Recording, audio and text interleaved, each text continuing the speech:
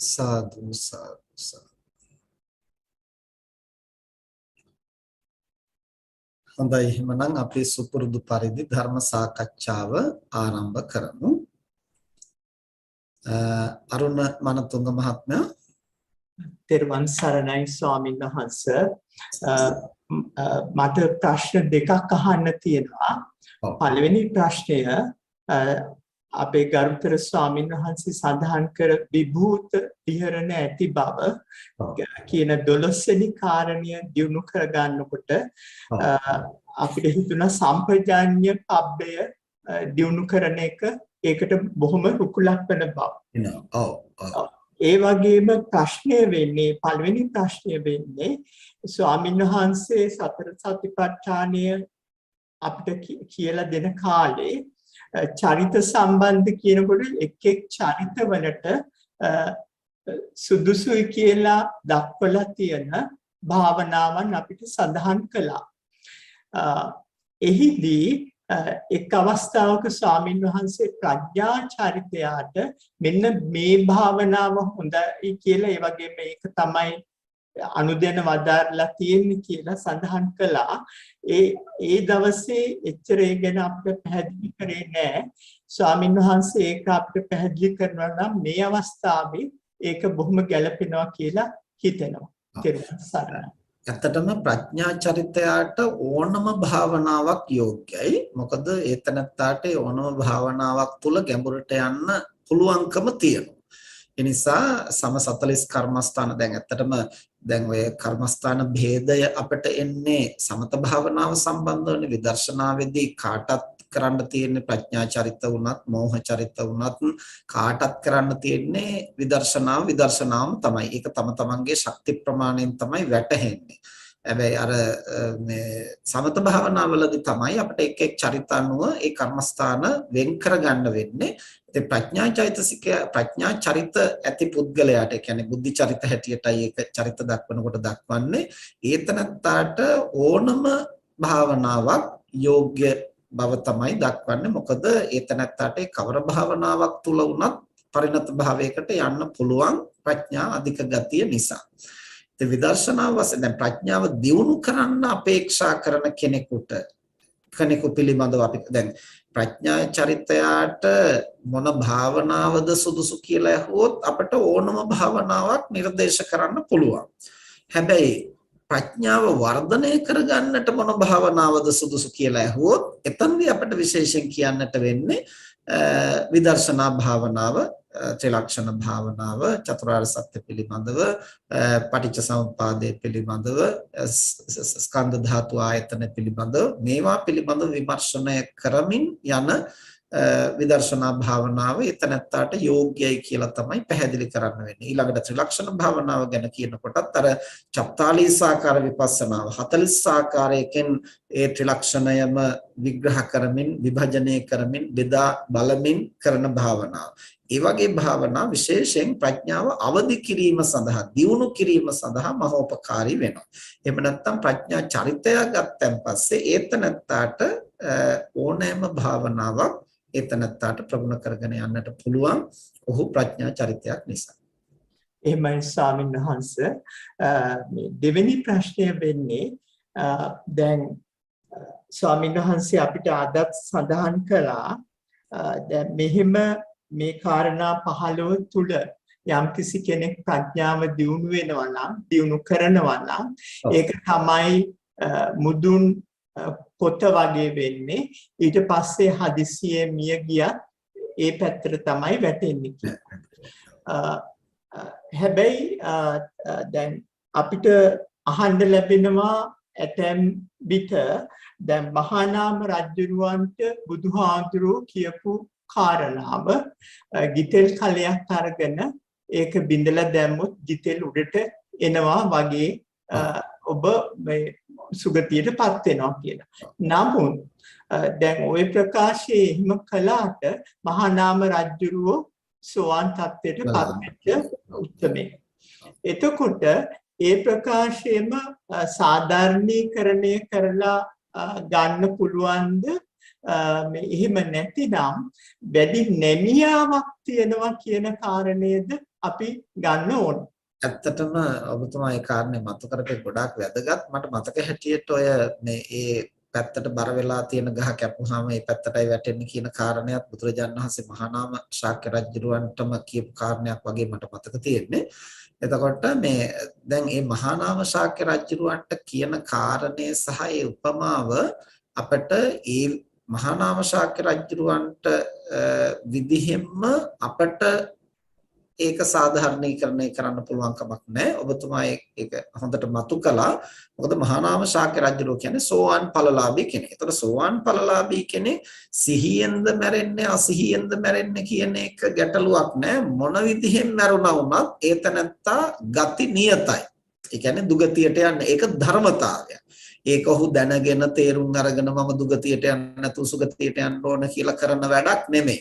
ඒක සෝවාන් ඵලය සමග ඇති වෙන එක්තරා ධම්ම නියාමයක්. ඒ නිසා ඒතනත්තා ඒ සෝවාන් ඵලලාභී පුද්ගලයා සම්බන්ධව කෙලින්ම අර ගිතෙල් කලයේ උපමාව බුදුරජාන් වහන්සේ දේශනා කරන්නේ ඒක එතනට ඒ විදිහෙම යෝග්‍යයි.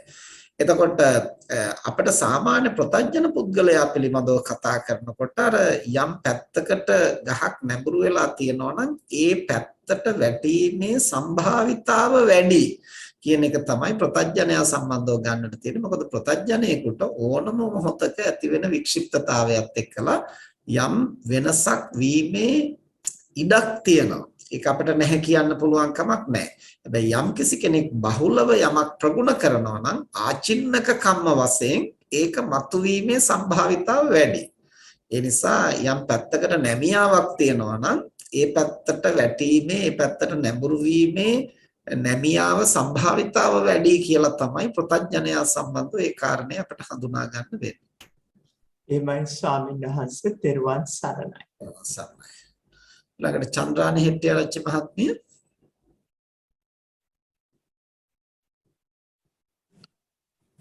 අවසරයි ස්වාමීන් වහන්සේ තෙරුවන් සරණයි. බොහොම හොඳට තේරුණා මේක මට පෞද්ගලිකව සිදුණු සිදුවීමක් ආශ්‍රිතවයි.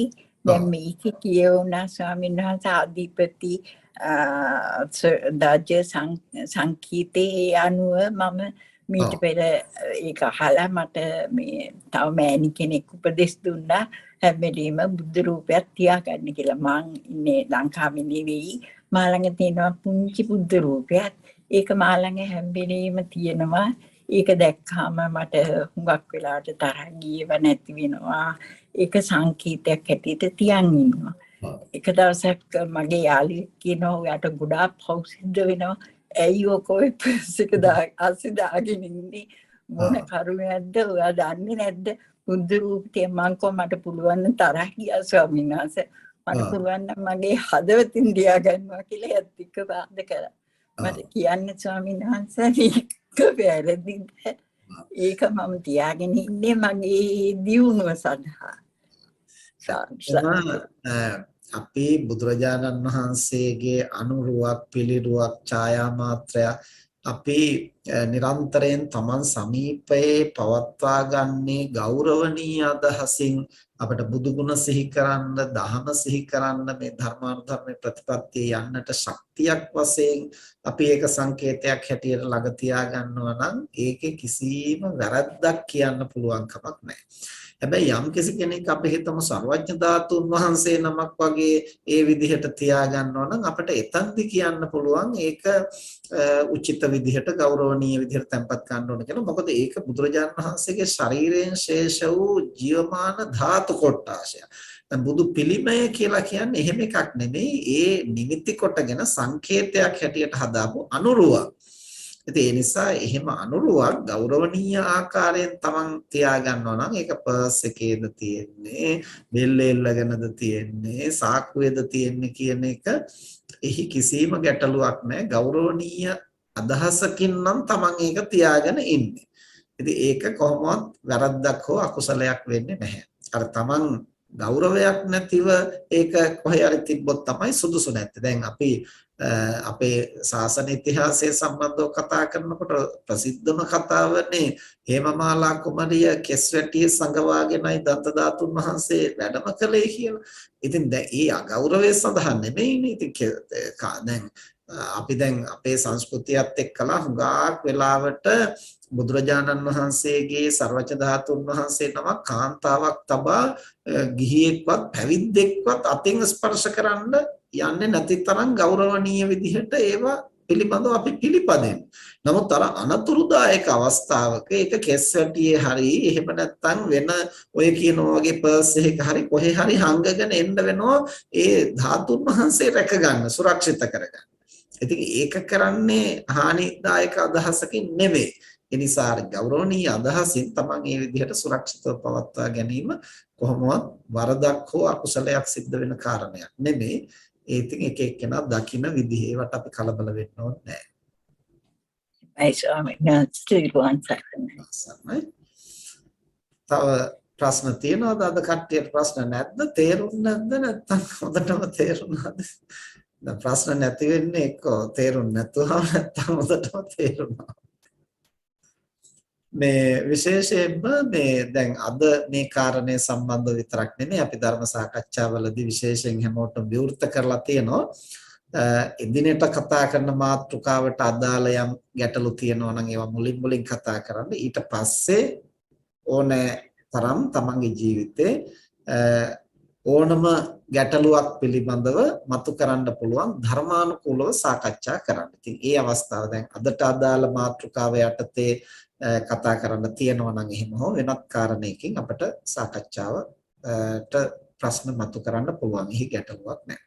අවසරයි ගෞරවනීය ස්වාමීන් වහන්සේ. ඔව්. ස්වාමීන් වහන්සේ දැන් අපි උත්පත්ති සිත ද්‍යුති සිතයි භවංග සිතයි එකම අරමුණක් ගන්නවා කියලා චිත්ත වීදිවලදී අහලා තියෙනවා ස්වාමීන් වහන්සේ. ඒක කොහොමද පොඩ්ඩක් විස්තර කරන්න මේ ඥාන සම්පයුක්ත අසංකාරික සිතකින් උත්පත්තියක් ලැබලා ප්‍රඥාව දිනු කරන්න හැකියාව තියෙනවා කියන එකත් සමග ස්වාමීන් වහන්සේ ඒක පොඩ්ඩක් විස්තර කරලා දෙන්න වහන්සේට තේරුම් ගන්නයි. ඔව් ප්‍රතිසන්දි සිත සහ භවාංග සිත සහ ඒ භවයේ චුති සිත එකම අරමුණක ජනිත වුණු එකම සිත තමයි ඒ නැවත නැවත ඒ අරමුණ ගනිමින් ජනිත වෙන්නේ. කියන්නේ දැන් ප්‍රතිසන්දියේදී යම් අරමුණක් ගනිමින් සිත පහළ වුණාද ඒක තමයි ප්‍රතිසන්දි සිත කියලා හඳුන්වන්නේ.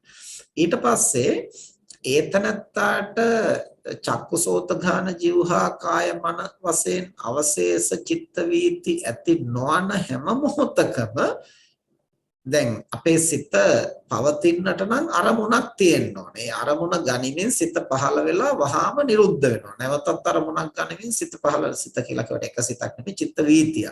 පහළ වෙලා නිරුද්ධ වෙනවා. ඊට පස්සේ ඊළඟ අරමුණ ගනිමින් තවත් චිත්ත වීතියක් පහළලා නිරුද්ධ වෙනවා. දැන් මෙහෙම ක්‍රියාත්මක වෙද්දී මේ ක්‍රියාවලියට අදාළ අරමුණු නැති හැම මොහොතකම සිත අර උත්පත්තියේදී ගත්තු අරමුණ ගනිමින් ප්‍රතිසන්දි සිත හා සමාන සිත් පරම්පරාවක් නැවත නැවත පවත්වාගෙන යනවා. අන්න ඒ පවත්වාගෙන යන සිත් පරම්පරාව තමයි භවාංග සිත. එහෙම නැත්නම් මනෝද්වාරය හැටියට හඳුන්වන්නේ. ඇයි මේක භවාංග සිත කියලා කියන්නේ? මේ භවය පවත්වන අංගයක් හා සමානයි. මේ භවය ඡේදනය වෙන්නේ නැතුව, ඛණ්ඩනය වෙන්නේ නැතුව අඛණ්ඩව පවත්වන මූලික චිත්ත සම්තතිය. ඒ නිසා තමයි ඒකට භවාංග සිත කියලා හඳුන්වන්නේ. මේ භවාංග සිත හැටියට නැවත නැවත ජනිත වෙන්නේ ප්‍රතිසන්දියේදී ඇතිවෙච්ච ඒ කියන්නේ ඒ සිත කියලා කියන්නේ ඒහා සමාන සිත් පෙළ. ඒ අරමුණම ගනිමින් දැන් ප්‍රතිසන්දියේදී ඇති උනේ සෝමනස්ස සහගත ඥාන සම්පයුක්ත අසංකාරික සිතක් නම් ඒ ප්‍රතිසන්දියේදී ගත්තු අරමුණම ගනිමින් නැවත නැවත සෝමනස්ස සහගත ඥාන සම්පයුක්ත අසංකාරික විපාක සිත් පෙළක් තමයි ඇති වෙන්නේ. ඒක තමයි භවාංග සිත් පරම්පරාව හැටියට මනෝද්වාරයේ හැටියට හඳුනා ගන්න. ඊළඟට දැන් ඔහම ගිහිල්ලා ඒ පුද්ගලයා අභාවයට යනකොට මේ යනකොට චුතිසිත හැටියටත් අවසානයේට නිරුද්ධ වෙන්නේ ඔන්න ඔය කියන ඒ භවාංග සිත හැටියට ක්‍රියාත්මක වුණු සිතමයි. දැන් අපිට ඔතනදී ගැටලුවක් මතුවෙනවා බොහෝ දෙනාගේ වැටහීමේ තියෙන වැරද්දක් නිසා. ධර්මයේ දෝෂයක් නෙමෙයි වැටහීමේ වරදක් නිසා. මොකද්ද? බොහෝ දෙනා හිතාගෙන ඉන්නවා චුතිසිතට අනුව තමයි ඊළඟ ප්‍රතිසන්දිය තීරණය වෙන්නේ කියලා. ඒක වැරදි. චුතිසිතට අනුව ඊළඟ ප්‍රතිසන්දිය තීරණය වෙනවා නම් මේ භවයේ ප්‍රතිසන්දිය භවාංග සිත සහ චුතිසිත වෙන්නේ එකම චිත්ත පරම්පරාව. එතකොට ඒ සිතට අනුව ඊළඟ ප්‍රතිසන්දිය ලැබෙනවා නම් මේ භවයේ ඇති වුණු ප්‍රතිසන්දි සිත වගේම ප්‍රතිසන්දි සිතක් ඕන ඊළඟ භවයේත් ඇති වෙන්න. එතකොට කවමදාකවත් මේ සසර ගමනේ මේ පුද්ගලයා මිනිස්සෙක් හැටියට උපන්නා නම් මිනිස්සෙක්ම වෙනවා මිසක් තිරිසනෙක් වෙන්න විදිහක් නැහැ. තිරිසනෙක් වුණා නම් ඒ තිරිසනෙක් හැටියට ජනිත වෙච්ච අකුසල භවාංග සිතම දිගින් දිගට ඊළඟ භවයට යනවා මිසක් මිනිස්සෙක් දෙවියෙක් වෙන්න විදිහක් නැහැ. එතකොට ඒ නිසා ඒ වැටහීම නිවැරදි නැහැ. මේ භවයේ ඇති වෙන චුතිසිතට අනුව නෙවෙයි ඊළඟ ප්‍රතිසන්දිය ඇති වෙන්නේ. ඒ චුතිසිතට ආසන්නේ මනසට අරමුණු වෙන කුසල කුසල ධර්ම වලට අනුරූපවයි ඊළඟ භවයේ තියෙන්නේ. ඒ නිසා තමයි ඊළඟ භවය වෙනස් වෙන්න පුළුවන්. ඒ චුතිසිතට ආසන්නේ අපේ මනෝද්වාරයට යමක් අරමුණු වෙනවා නම් ඒ අරමුණු වෙන ඒවා කර්ම නිමිති ගති නිමිති වශයෙන් මතුවෙන්න පුළුවන්. කර්ම කියන්නේ කුසල් හෝ අකුසල්. ඒ කුසල සිත හෝ අකුසල සිත ඒ විදිහෙම මතුවෙනවා. ප්‍රාණඝාතයක් කළා නම් ඒ ඝාතන චේතනාව සහිත සිත. දානයක් දුන්නා නම් ඒ දාන චේතනාව සහිත සිත ඒ විදිහෙම මතුවෙන එක තමයි කර්ම. කර්ම නිමිති කිව්වේ ප්‍රාණඝාතය කළා නම් ඒ ප්‍රාණඝාතයට අදාළ නිමිති. මැරිලා ඉන්න සත්තු, අවි ආයුධ, මස් ගොඩවල්, ඒ සත්තු කෑ ගහන හැටි මේවා අරමුණු වෙන්න පුළුවන්. ඊළඟට දානයක් දුන්නා නම් භික්ෂුන් වහන්සේලා ධාතු කරඬුව, දානෝපකරණ, පරිස්කාර, දන් බෙදන ආකාරය මේවා අරමුණු වෙන්න පුළුවන්. ඒක තමයි කර්ම නිමිති කිව්වේ. ගති නිමිති කියලා කිව්වේ ඒ කර්මයට අනුරූපව Taman ජනිත වෙන්නට යන්නේ කවර තැනකද ඒ තැන පිළිබඳ සංඥා සටහන් අපේ මනසට සජීවී ආකාරයෙන් දැනෙන්නට පුළුවන්. ඒ කියන්නේ නිකන් සිහින දකින්න වගේ ඒ සටහන් අපේ මනසට දැනෙන්නට පුළුවන්. ඉතින් ඒක කර්ම නිමිති පහළ වීම දෙවිධයකට වෙන්නට පුළුවන්. එකක් තමයි අවසාන මොහොතේ මතුවෙන කුසල කුසල කර්මයට අනුරූප නිමිත්තක් පහළ වෙන්නත් පුළුවන්. එහෙම නැත්නම් ඉන්ද්‍රයන්ට ගෝචර වෙන්නා වූ නිමිත්තකට අනුව කර්මය සකස් වෙන්නට පුළුවන්.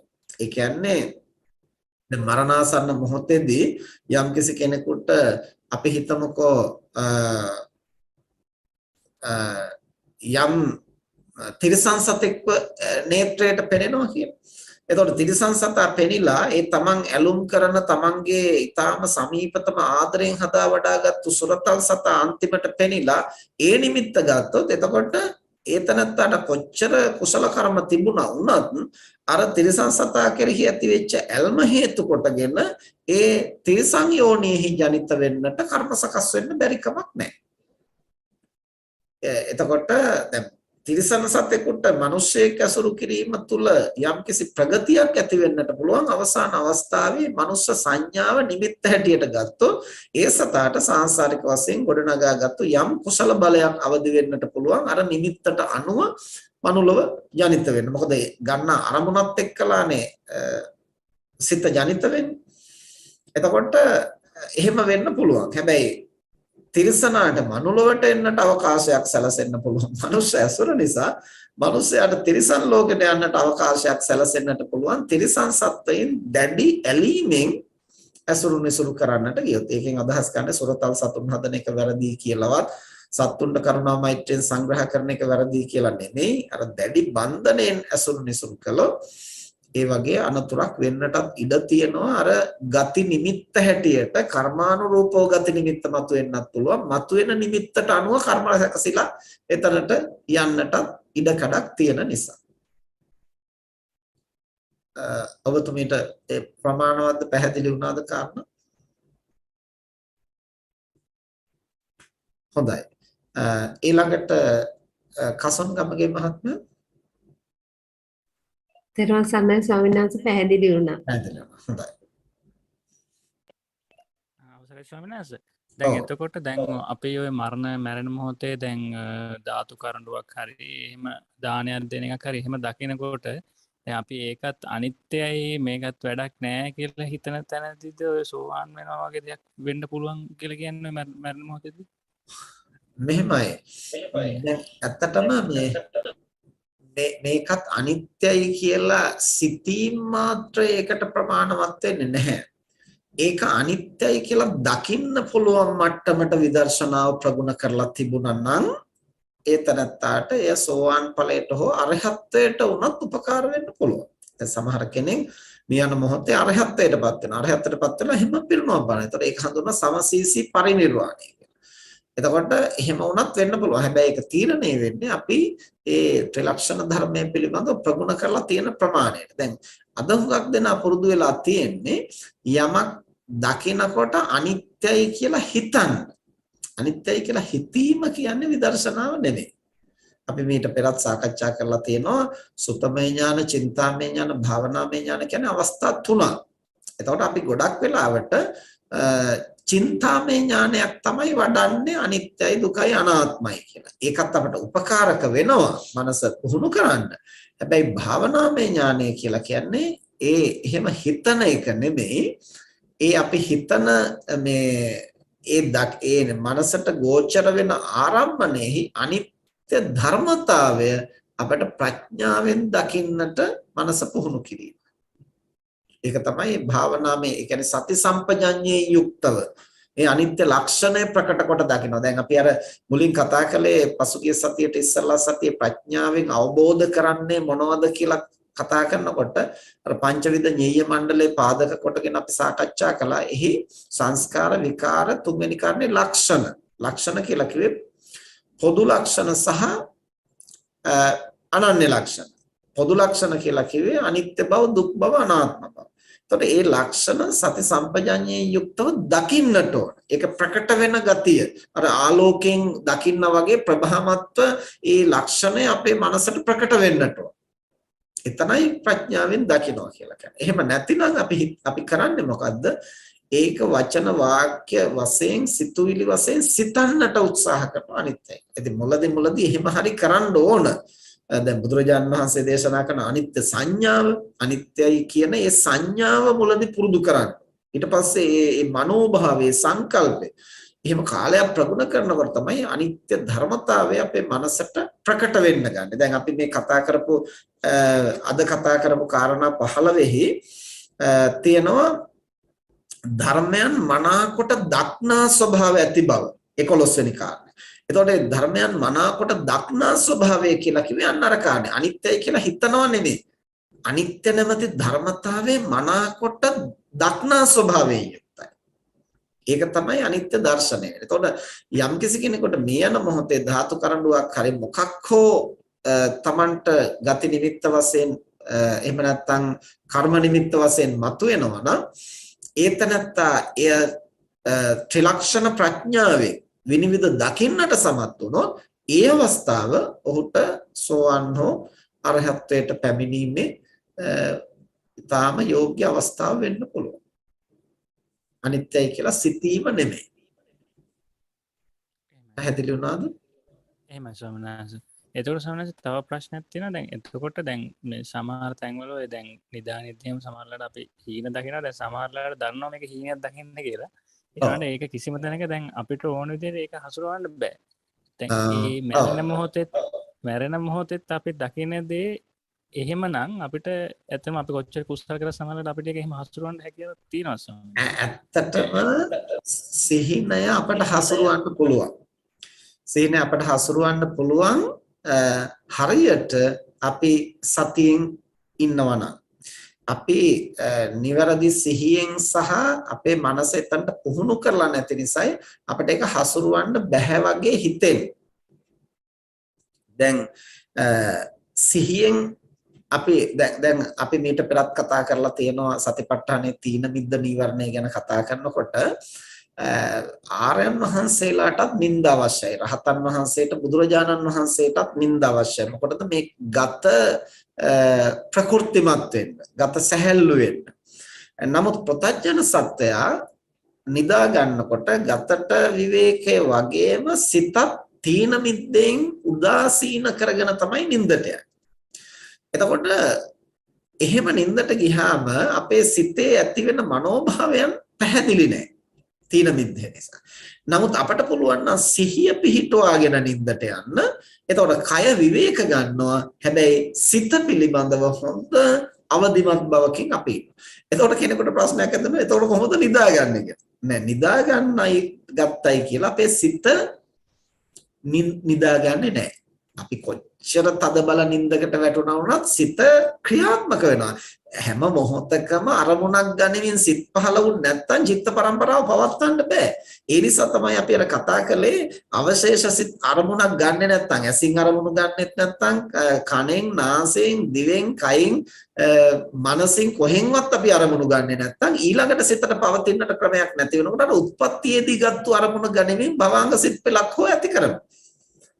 මේ විදිහට සිතට සක්‍රිය වෙන්න වෙනවා. මොකද හටගත් සිත නිරුද්ධ වෙන නිසා. ඒ නිසා සිතට නිදාගෙන පවතින්නට පුළුවන් කමක් නැහැ. කය විතරයි සතප්පන්නේ. සිත නිදියන්නේ නැහැ. සිත නිෂ්ක්‍රීය වෙන අවස්ථා දෙකයි තියෙන්නේ. එකක් අසඤ්ඤ තලය, අනිත් එක නිරෝධ සමාපත්තිය. එතකොට ඉන්නේ පිට කාගේවත් සිත නිෂ්ක්‍රීය වෙන්නේ නැහැ. එහෙමනම් අපේ සිත නින්දෙදිත් සක්‍රීය නිසා අපිට හරියට පුහුණු කළොත් සිහිය පවත්වන්නට පුළුවන්. මේ පියවි ස්වභාවයෙන් ඉඳගෙන කටයුතු කරන්න වගේ ප්‍රායෝගිකව අවශ්‍ය දේ මනස හසුරවන්න පුළුවන්. නමුත් ප්‍රශ්නේ තියෙන්නේ අපි ප්‍රායෝගික ජීවිතයේදී අපට අවශ්‍ය විදිහට හසුරවනවා වගේ පෙනුනට ප්‍රායෝගික ජීවිතේත් අපට ඕන විදිහට හිත හසුරවන්න අපි දක්ෂ නැහැ. අපි කරන්නේ අපට ඕන විදිහට අතපය හසුරවන්න උත්සාහ කරනවා. නමුත් සිත අපට ඕන තැන පිහිටන්නේ නැහැ. ඒ පිහිටන්නේ නැති නිසා තමයි අපට සමහර දේවල් මතක් වෙනකොට ඒකෙන් මනස අයින් කරගන්න බැරි. අපි අකමැති දේවල් මතක් වෙනවා, රිදුම් දෙන දේ, ශෝකී දේවල්, සරාගී මනෝභාවයන් මතක් වෙනකොට අපිට ඒකෙන් සිත අයින් කරගන්න ඕනට අයින් කරගන්න බෑ. ඉතින් ඒ දුර්වලකම අපි අතික්‍රමණය කරලා නැහැ. ඉතින් ඒක නිින්දේදී විතරක් ඒ ශක්තිය ඉබේ අවදි වෙන්නේ නැහැ. මරණාසන්න මොහොතේදී විතරක් ඒක ඉබේ අවදි වෙන්නේ නැහැ. ඒ නිසා මේ පියවි ලෝකේ පියවි ජීවිතේ ඉන්නකොට අපි පුහුණු කරන්න ඕනේ අර අදාළ අකුසල ආරම්භණයෙන් සිත මුදවන්නට. ඒව තමයි අපි මේ සති සම්පජඤ්ඤය පුහුණු කරනවා කියලා සතර සතිපට්ඨානය තුල චිත්තානුපස්සන, ධම්මානුපස්සන වශයෙන් අපි දීර්ඝ වශයෙන් කතා කළේ. ඒ ධර්මතා සිද්ධ වෙන මොහොතේ මේ වෙන්නේ අනර්ථයක්, මේ වෙන්නේ අකුසලය ග්‍රහණය කිරීමක්, උපාදාන කිරීමක් කියලා දැනගෙන ඒ මොහොතේම ඒක කඩලා ඒ හේතුව වෙනස් කරලා ඒ අරමුණ වෙනස් කරන්න උත්සාහ කරනවා. ඉතින් ඒක ලේසි නෑ. මුලදී ඒක කරගන්නම බෑ. හැබැයි මේ ප්‍රයත්නය තුළ නැවත සිය දහස්වර ලක්ෂ කෝටිවර අපි වෑයම් කරනකොට, ආත්ම ගණනාවක් අපි වෑයම් කරනකොට, කල්ප ගණනාවක් වෑයම් කරනකොට ඒ කෞශල්‍ය අපි තුළ වර්ධනය වෙනවා. එහෙම වර්ධනය වුණාම අපිට යම් අරමුණක් සිත läග ගන්නවා නම් ඒක සුදුසු නැහැ කියලා දැනෙනවා නම්, මේක නීවරණයක්, මේක ක්ලේශයක් කියලා දැනෙනවා නම් ඒ අරමුණෙන් සිත අයින් කරලා කුසල ආරම්භණයක පිහිටුවා ගැනීම හැකියාව ඇති වෙනවා. ඉතින් ඒ හැකියාව පියවි ස්වභාවයෙන් අපි ප්‍රගුණ කළාන් පස්සේ නින්දේදී අපිට සති සම්පජඤ්ඤය පවත්වන්න පුළුවන් නම් නින්දේදීත් අපිට දැනෙන්න ගන්නවා මේ ඇති වෙන්නේ නිකන් මනසට හැඟෙන මනෝවිකාරයක්. එතකොට මේකත් එක්ක දිගට මම එහෙම යන්න ඕන නෑ කියලා අපිට හඳුනා ගන්න පුළුවන්. හඳුනා ගත්තට පස්සේම වෙනස් කරන්න පුළුවන්. දැන් මගේ ජීවිතේ මම ඇතැම් අවස්ථාවල එහෙම සිහින වෙනස් කරලා බලලා තියෙනවා. හැබැයි ඒ නින්දෙන්ම එහෙම වෙනස් කරපු අවස්ථා බොහොම විරලයි. සමහර අවස්ථාවල දැන් අපි හිතමු අපි අකමැති දෙයක් සිහිනෙන් දකිනවා. දැකලා පොඩ්ඩක් තැතිගෙන එකපාරට අවදි වෙනවා. අවදි වුණාට පස්සේ එහෙමම දැස පියාගෙන අපි ටික වෙලාවක් හිතා හිටියොත් එහෙම නෑ, මේක මෙහෙම වෙන්න ඕනේ, මේක මේ විදිහයි වෙන්න ඕන, මෙහෙමයි වෙන්න ඕන, මෙන්න මෙහෙමයි වෙන්න ඕන, මම එතනදි මෙහෙමයි කටයුතු කරන්න කියලා අපට අවශ්‍ය විදිහට ටික වෙලාවක් හිතා ඉන්නකොට එහෙමම නිින්ද ගිහිල්ලා අර අපට අවශ්‍ය විදිහට එතනදා සිහිනේ පේනවා. සිහිනේ කියලා කියන්නේ 아무තු දෙයක් නෙමෙයි, අපේ මනෝද්වාරය තුල ආරම්භන ගනිමින් සිත් ක්‍රියාත්මක වෙන ආකාරය. එතකොට කලින් ගත්තු අරමුණු සටහන් තමයි මනසින් නැවත පුනරාවර්ජනය කරන්නේ. නමුත් ඒවා කලින් දැකපු විදිහටම නෙමෙයි අපිට පේන්නේ, වෙනස් ආකාරයකින් පේනවා. මොකද අර කලින් ගත්තේ සංඥා මාත්‍ර ගන්නකොට එතනින් එහාට මනෝද්වාරික චිත්ත වීති හට ගන්නවා. ඒවා පිළිබඳ අතිරේක තීරණ දෙන්නේ. දැන් චක්කු විඥාණයෙන් අපි අරමුණක් ගත්තාම ඒ අරමුණ සම්පටිච්ඡන සම්තිරණ වොත්තපන ආදී වශයෙන් මේ මොකද්ද කුමක්ද කියලා තීරණය කරලා ඒක හොඳ දෙයක්ද නරක දෙයක්ද ආදී වශයෙන් අපි විනිශ්චයක් කරනවානේ. ඒ විනිශ්චය අනුවනේ මේ ජවන්සිත පහළ වෙන්නේ. ඒ වගේම තමයි අපි මනෝද්වාරයෙන් යම් අරමුණක් ගනිමින් සිතක් පහළ වුණාම ඒ පිළිබඳව සම්පටිච්ඡන සම්තිරණ වොත්තපන මේ සිත් ඇති වෙනවා. ඇති වුණාන් පස්සේ මනෝද්වාරයෙන් ගත්තේ පෙරගත්තු සංඥාව ඒ ගත්තා වුණාට දැන් මේක මොකක්ද කියලා ඒ වෙලාවේ අපි තීරණය කරන්න උත්සාහ කරනවා. අන්නේ ප්‍රයත්නයත් එක්කලා අපිට විවිධ සංකල්ප වැවෙන්න ගන්නවා. දැන් උදාහරණයක් ඇටියට ගත්තොත් සිහිනෙන් අපි දකිනවා මිත්‍රයෙක් එක්කලා අපි කැලේට යනවා. එතකොට කැලේ ඇතුළට ගිහිල්ලා පොඩි නිකන් සැක සංකාවක් ඇති වෙලා මිත්‍රයා දිහා බලනකොට දැන් මේ මිත්‍රයාද ඉන්නේ සතෙක්ද ඉන්නේ කියන සංඥාව ඇති වෙච්ච ගමන් එතනින් එහාට එතන මිත්‍රයෙක් නෑ සතෙක් ඉන්නවා තමයි අපිට පේන්නේ. ඊට පස්සේ මේ සතා ඇඟට පණීද කියලා හිතනකොට ඒ සතා ඇඟට පණිනවා වගේ අපිට දැනෙනවා. ඊට පස්සේ මම දුවන්න ඕන කියලා දැනනකොට තමන් දුවනවා වගේ දැනෙනවා. දුවා ගන්න බෑ කියලා හිතනකොට දුවා ගන්න බෑ වගේ දැනෙනවා. වැටෙයිද කියලා හිතනකොට වැටෙයි කියලා දැනෙනවා. එතකොට තැතිගත්තු ගමන් සමහරවිට අවදි වෙනවා. මේ විදිහට ඒ අර ගත්තු සංඥාවත් එක්කලා මනෝද්වාරික චිත්ත වීති බහුලව හට ගන්නට ක්‍රියාත්මක වෙනවා. ඒකත් එක්කලා තමයි අර නින්දෙදි සිහින එක එක විකාර රූපී විදිහට පෙනෙන්නේ. හැබැයි අපිට සිහින පෙනෙනවා නම් පෙනුණු සිහින මතක තියනවා නම් ඒ සිහින විශ්ලේෂණය කර ගැනීම අපේ මනස ක්‍රියාත්මක වෙන හැබෑ ස්වභාවය තේරුම් ගන්න ඉතාමත්ම වැදගත් වෙනවා. යම් කෙනෙකුට හැඟෙනවා නම් සිහිනේදී විකාර රූපී දේවල් දැක්කා කියලා ඒක තමයි තමන්ගේ මනසේ ඇත්ත తත්වය. අපි මේ පියවි ලෝකේ ඉන්නකොට ඇත්තටම උත්සාහ කරන්නේ කායිකව වාචසිකව දේවල් කෘතිම විදිහට බලහත්කාරයෙන් තියාගෙන ඉන්න. නමුත් අපේ මනසේ අපට ඕන තැන තියනවද නැද්ද කියලා අපි ਵਿਚාරපූර්වක නැහැ. මොකද මනස කාටවත් පේන්නේ නැහැනේ. අපේ කය වචනය හසුරවන විදිහනේ අනිත් අයට පේන්නේ. ඒ නිසා ඒ ටික අපි සීරුවෙන් තියාගන්න උත්සාහ කරනවා. මනස කොතනද කියලා අපිට ਵਿਚාරපූර්වක බවක් නැහැ. නින්දේදී අර කය වචනය නිෂ්ක්‍රිය වෙලා මනස සක්‍රිය වෙන්න පටන් ගන්නවා වඩා බරපතල විදිහට. එතකොට අපට දැනෙන්න ගන්නවා එහි යම් යම් විකාර රූපී ස්වરૂපය. ඒ නිසා හරියට සිහිය පුහුණු කළොත් නින්දෙදී අපිට හඳුනා ගන්න පුළුවන් මේ මනෝමය වශයෙන් මතුවෙන ආරම්භන. ඒ වගේ මේ මනෝමය ආරම්භනේ වෙනස් කරන්න ඕනේ. මේක උචිත නැහැ කියලා අපිට දැනෙනවා නම් වෙනස් කරන්න පුළුවන්. දැන් පැවිද්දෝ හැටියට අපි දකින සිහිනවලදී අපිට දැනෙන්නට ඕන මේක විනයට අනුකූලයි මේක විනයට අනුකූල නැහැ. මම පැවිද්දෙක්. මේක මට උචිතයි මේක උචිත නැහැ. ඒක අපිට දැනෙනවා නම් තමයි මේ මහානකම කියන එක අපේ සිතට කාවැදිලා තියෙන්නේ. මහානකම පිළිබඳ සති සම්පජඤ්ඤයකින් අපි ඉන්නවා කියලා කියන්න පුළුවන්. එහෙම නැතිනම් ਵਿਚාරයක් නැතුව මම කියන සංඥාව එනවා. ඒ මම පැවිද්දෙක්ද ගිහියෙක්ද ඇඳගෙන ඉන්නේ මොකක්ද කොහෙද මොකක්වත් නිනව නැහැ. උචිතද අනුචිතද එහෙම නිනව නැති වෙනවා නම් එතන තියෙන්නේ සති සම්පජාඤ්ඤයෙන් තොර බව සහ මහානකම පිළිබඳව සිතට කාවැදිලා නැති බව. මහානකම විතරක් නෙමෙයි තමන් මවක් නම් පියෙක් නම් ඒ ගුණය තමන්ගේ මනසේ හරියට කාවැදිලා තියෙනවා නම් සිහිනෙන් පවා ඒවා දැනෙන්නට ඕන. එහෙම නොදැනෙනවා කියලා කියන්නේ අපේ මනස තුල ප්‍රකෘතිමත් ඒවා පිහිටලා නැහැ හරියට. ස්ථාපිත වෙලා නැහැ. ඒ නිසා අපට හරියට මනස පුහුණු කළොත් සිහිනෙදිත් අපේ මනස පරිපාලනය කරන්න පුළුවන්. මරණාසන්න අවස්ථාවේදී අපට අවශ්‍ය විදිහට මනස පාලනය කරන්න පුළුවන්. ඒ පරිපාලනය කිරීමේ කෞශල්‍ය අපි හරියට ප්‍රගුණ කරලා තිබුණොත් ඒකට තමයි මේ පුහුණු කරනවා, භාවනා කරනවා, ධර්මානුධර්ම ප්‍රතිපත්තිය හැසිරෙනවා. මේ විවිධ වචන අපි දක්වන්නේ ඒ පුහුණුව සඳහා තමයි. පැහැදිලි වුණාද ඒක? එහෙමයි සමනස බොහොම පිං. හොඳින් පැහැදිලි වුණා. ඊළඟට නොන මහත්මයා HP අවසරයි ස්වාමීන් වහන්සේ තව පොඩි ප්‍රශ්නයක් තියෙනවා. ස්වාමීන් වහන්සේ දැන් අපි එක අරමුණකට සිත අරගෙන සමත භාවනාවක් කරන අවස්ථාවේදී දැන් අපිට පංච නීවරණ නිසා උද්ධච්චය මේ සහ විචිකිච්ඡාවයි උද්ධච්චයයි ඇති වෙනවා නම් ස්වාමීන් වහන්සේ එතනත් අපිට ඒ සිත මෝහ මූල සිත් දෙකක්ද කියලා දැනගන්න ඕනේ ස්වාමීන් වහන්සේ. ඔව් උද්ධච්ච සංපයුක්ත සිතක් හෝ විචිකිච්ඡා සංපයුක්ත සිතක් ඇති වෙනවා නම් මෝහ මූල තමයි එතන ඇති වෙන්නේ. ඒ කියන්නේ අපි සමත භාවනාව කළයි කියලා අපිට අකුසල් සිත් පහළ වෙන්නේ නැහැ කියලා නියමයක් නැහැ. විදර්ශනා කළයි කියලා අකුසල් සිත් පහළ වෙන්නේ නැහැ කියලා නියමයක් නැහැ. කුසල් සිත් පහළ වෙලා ඒ අතරතුරේ නීවරණ වලින් යුක්ත අකුසල් සිත් පහළ වෙන්න පුළුවන්.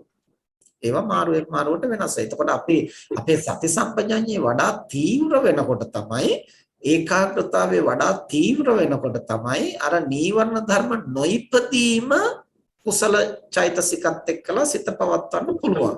ඉතින් ඒ මට්ටමට කලක් ප්‍රගුණ කරන්න ඕනේ. ඒ ප්‍රගුණ වෙනතෙක් අපේ මනසේ නැවත නැවත අර නීවරණ ධර්ම වලින් යුක්ත වූ අකුසල් සිත් මතුවෙන්න පුළුවන්. එහෙමයි සන්නස තේරුම් සන්නස. චූලාද සිල්වා මහත්මිය. අවසර ස්වාමීන් වහන්සේ. ඔව්.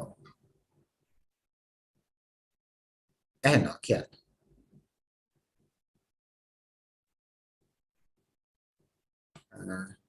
අයිතන තුමගේ සම්බන්ධතාවය ගිලිහුණා. නැවත සම්බන්ධ වෙන තෙක් බුද්ධික මහත්මයා බුද්ධික මහත්මයා. අවසර ස්වාමීන් වහන්සේ. කියන්න ඇහෙනවා. උප්පත්තියෙන්ම මද නුවණක් ඇතිව ඉපදුන කෙනෙක් ස්වාමීන් වහන්සේ කල්යාණ මිත්‍ර ආශ්‍රයක් ලැබුණේ නැත්නම් මේ ප්‍රඥාව වැඩි දියුණු කරගන්න අවකාශයක් නැති වෙනව නේද ස්වාමීන් වහන්සේ? දැන් උත්පත්තියෙන් මද නුවණ ඇති කෙනෙක් විතර නෙවෙයි උත්පත්තියෙන් ප්‍රඥාව තියෙන කෙනෙකුත් කල්යාණ මිත්‍ර අසුරක් නොලැබුණොත් මොට වෙන්න පුළුවන්. දැන් ඒකට හොඳම උදාහරණය මේ මහදන සිටු පුත්‍රයා.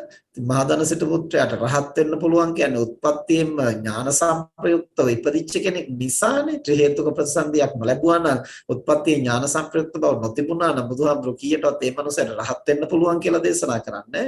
ඉතින් රහත් වෙන්න පුළුවන් කිව්වට රහත් උන්නේ නැහනේ. සෝවාන් උනේවත් නැහනේ. ඉතින් ඇයි අර සාංශාරිකව ගෙනාපු සහ මේ ජීවිතයේ උපතින් ගෙනාපු ඥානය අවදි කරගන්නට සත්පුරුෂ ආශ්‍රය සද්ධර්ම ශ්‍රවණය යෝනිසෝ මනසිකාරය ධර්මානුධර්ම ප්‍රතිපත්තිය ඒවා පාවිච්චි කරපු නැති නිසා. ඉතින් උත්පත්තියෙන් මද නුවණක් ඇති කෙනෙකුට නෙමෙයි උත්පත්තියෙන්ම හොඳට නුවණ තියෙන කෙනෙකුට උනත් ඒවා මොට වෙලා යන්න පුළුවන්. කල්යාණ මිත්‍ර අසුර සද්ධර්ම ශ්‍රවණය යෝනිසෝ මනසිකාරය ධර්මානුධර්ම ප්‍රතිපත්තිය හරියට ප්‍රායෝගිකව ක්‍රියාත්මක වුණේ නැතිනම්.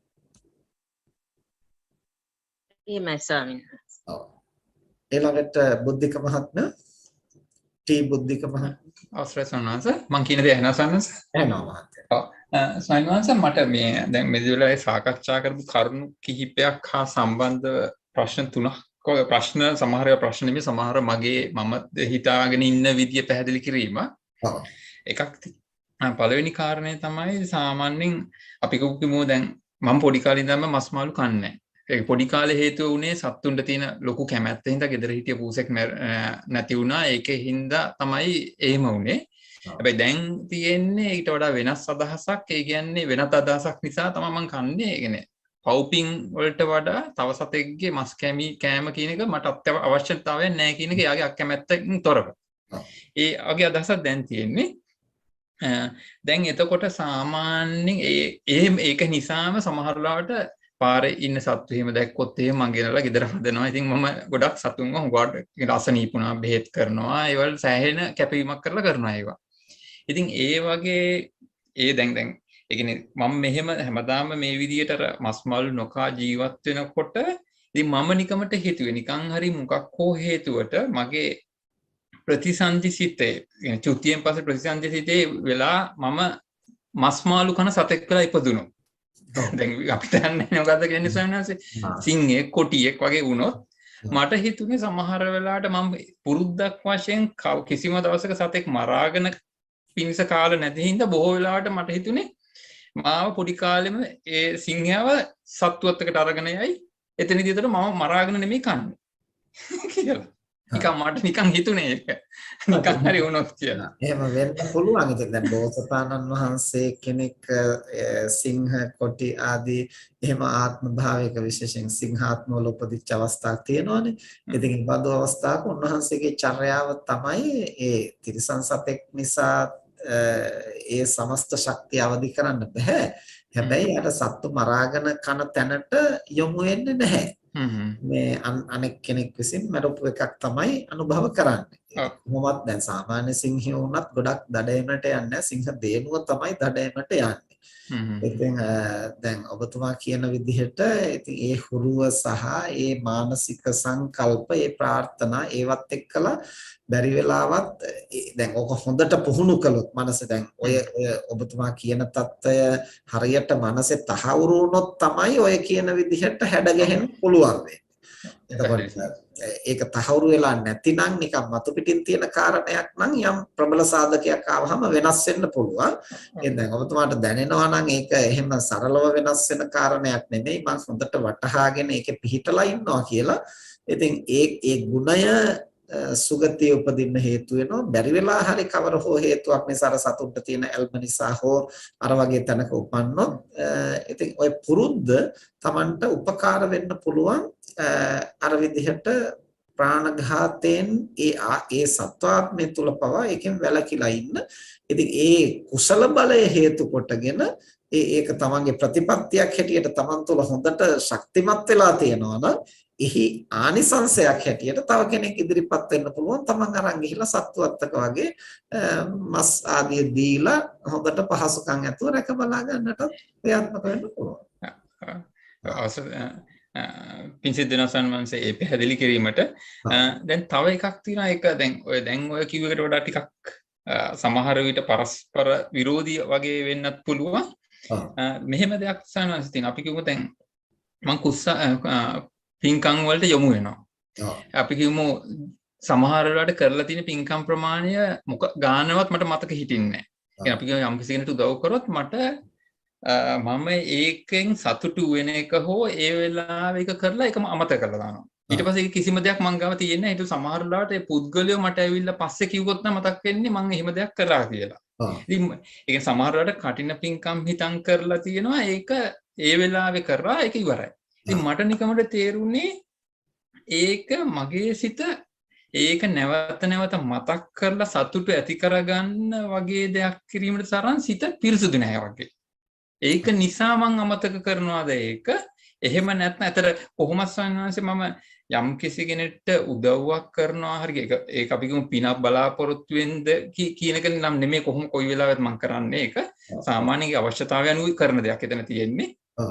එහෙම කරලා ඒ වගේ භෞතික දේවල් වලින්ට වඩා වැඩිපුර මං හිතන්නේ අර සිත ඇත්තටම ලෝකේ හරියට දැකලා සිත පිරිසුදු කරගන්න. ඒක තමයි මගේ මූලික පරමාර්ථය. අරවා ඉතින් හැකියාව තියෙන අවශ්‍යතාවය විදිහට කරලා එතනින් ඒක අමතක කරලා දානවා. ඒක අමතක කරලා දානවා. ඉතින් මට හැබැයි ඒ එක්කම හිතනවා මගේ සිත එක්ක ව්‍යාකූලයි, තරම් පිරිසුදු නෑ. දැන් සමහර කට්ටිය මම අහලා තිනවා පොඩි ඉතා සුළු දෙයක් කරත් ඒකින් සෑහෙන කාලයක් සතුටු විඳිනවා කියන එක. දැන් එහෙම කෙනෙක් නෙමෙයි මම. ඒක මට ඒක කරාට පස්සේ ඒක සම්පූර්ණයෙන් අමතක කරලා දානවා. බොහෝ වෙලාවට මම කරන්නේ මගේ හිත හදාගන්න ක්‍රම ගැන තමයි ලොකුවට අවධානය යොමු වෙන්නේ. ඒ කියන්නේ පොඩි පැහැදිලි කිරීමක් කරන්න පුළුවන්. දැන් ඕක විවිධ ක්‍රමවලට වෙන්න පුළුවන්. දැන් කුසල් සිත්වල තියෙනවා සෝමනස්ස සහගත කුසල් සිත් සහ උපේක්ඛා සහගත කුසල් සිත්. එතකොට ඔබතුමා කරන ඒ කුසල් සිත් ඔය පදනම තුල කරනකොට වැඩි ඒවා විඳින්න යන්නේ වැඩි සතුට වෙන්න යන්නේ ඒ වෙලාවට අවශ්‍ය දේ කළා. එතකොට උපේක්ඛා සහගත සිත් බහුල වෙන්න පුළුවන් ඒ බඳුතැන්වල. ඒ එක පැත්තක් මානසික වශයෙන් ගත්තාම. අනිත් පැත්ත තමයි අර ඔය කිව්වා වගේ අර තමන්ගේ මනස කොතනද තියෙන්නේ ඒව කොහොමද පුරුදු කරන්නේ කියලා හොඳ අවදිමත් බවකින් ඒව ක්‍රමානුකූලව සකස ගන්න පුරුදු වෙලා නැහැ. ඒ නිසා තමයි අර ව්‍යාකූලයි එච්චර පිරිසිදු නෑ වගේ ගතියක් එන්නේ. අර අපි ඉස්සෙල්ලා කතා කළා විභූත විහරණ නැති බව කියලා. ඒ කියන්නේ තමන්ම කරන දේ තමන්ට එච්චර පැහැදිලි නෑ. ඒ මොන මානසිකත්වයෙන්ද කළේ කොහොමද මනස පවත්වා ගත්තේ එහෙම පැහැදිලි නැහැ. ඒතකොට පැහැදිලි නැති වෙන්න අපිට ඒ තුල ඇති වෙන ඥාන සංප්‍රයුක්ත බව ගොඩක් දුර්වල වෙනවා. ඒ වගේම අපිට අපි හිතමු සත්‍යක්‍රියාවක් වගේ කරන්න ඕන නම් තව කෙනෙකුට යහපතක්. එතකොට අර එහෙම අපිට ප්‍රකට වුණේ නැති මනෝභාවයකින් අපි යමක් කරලා තිබුණොත් ඒක අපිට සත්‍යක්‍රියාවකටවත් යොදා ගන්න බෑ. මොකද අපිට හරියට නිශ්චය කරන්න බෑ සිද්ධිය තුල මම ක්‍රියාත්මක වුණාට මනෝභාවය කොහෙද තිබ්බේ කියලා Tamanට පැහැදිලි නෑ. ඉතින් ඒක අපේ සති සම්පජඤ්ඤේ අඩුවක් සහ ඒ පිළිබඳව අවදිමත් නොවීම නිසා ඒ දුර්වලකම ඇති වෙන්න පුළුවන්. අනිත් එක තමයි දැන් ඔය විදිහට මම සිත පිරිසිදු කරගන්නයි උත්සාහ කරන්න ඕන ඒව නැවත නැවත මතක් කර කර ඉන්න ඕනේ නැහැ කියන අදහසින් නම් ඔබතුමා ක්‍රියාත්මක වෙන්නේ ඒක විමුක්තිය පිණිස ලොකු සහයක් වෙන්න පුළුවන්. හැබැයි සසරේ සැරිසරන කාලය තුල අර කරන ලද කුසල් දහම් වෙනත් අකුසල් වලින් යටපත් වෙන්න තියෙන ඉඩ කඩක් තියෙනවා. අපි කරන හැම කුසලයක්ම අනිවාර්යෙන් විපාක දෙනවා කියලා නෑ. ඒවා වෙනත් අකුසල් වලින් යට වෙන්න පුළුවන්.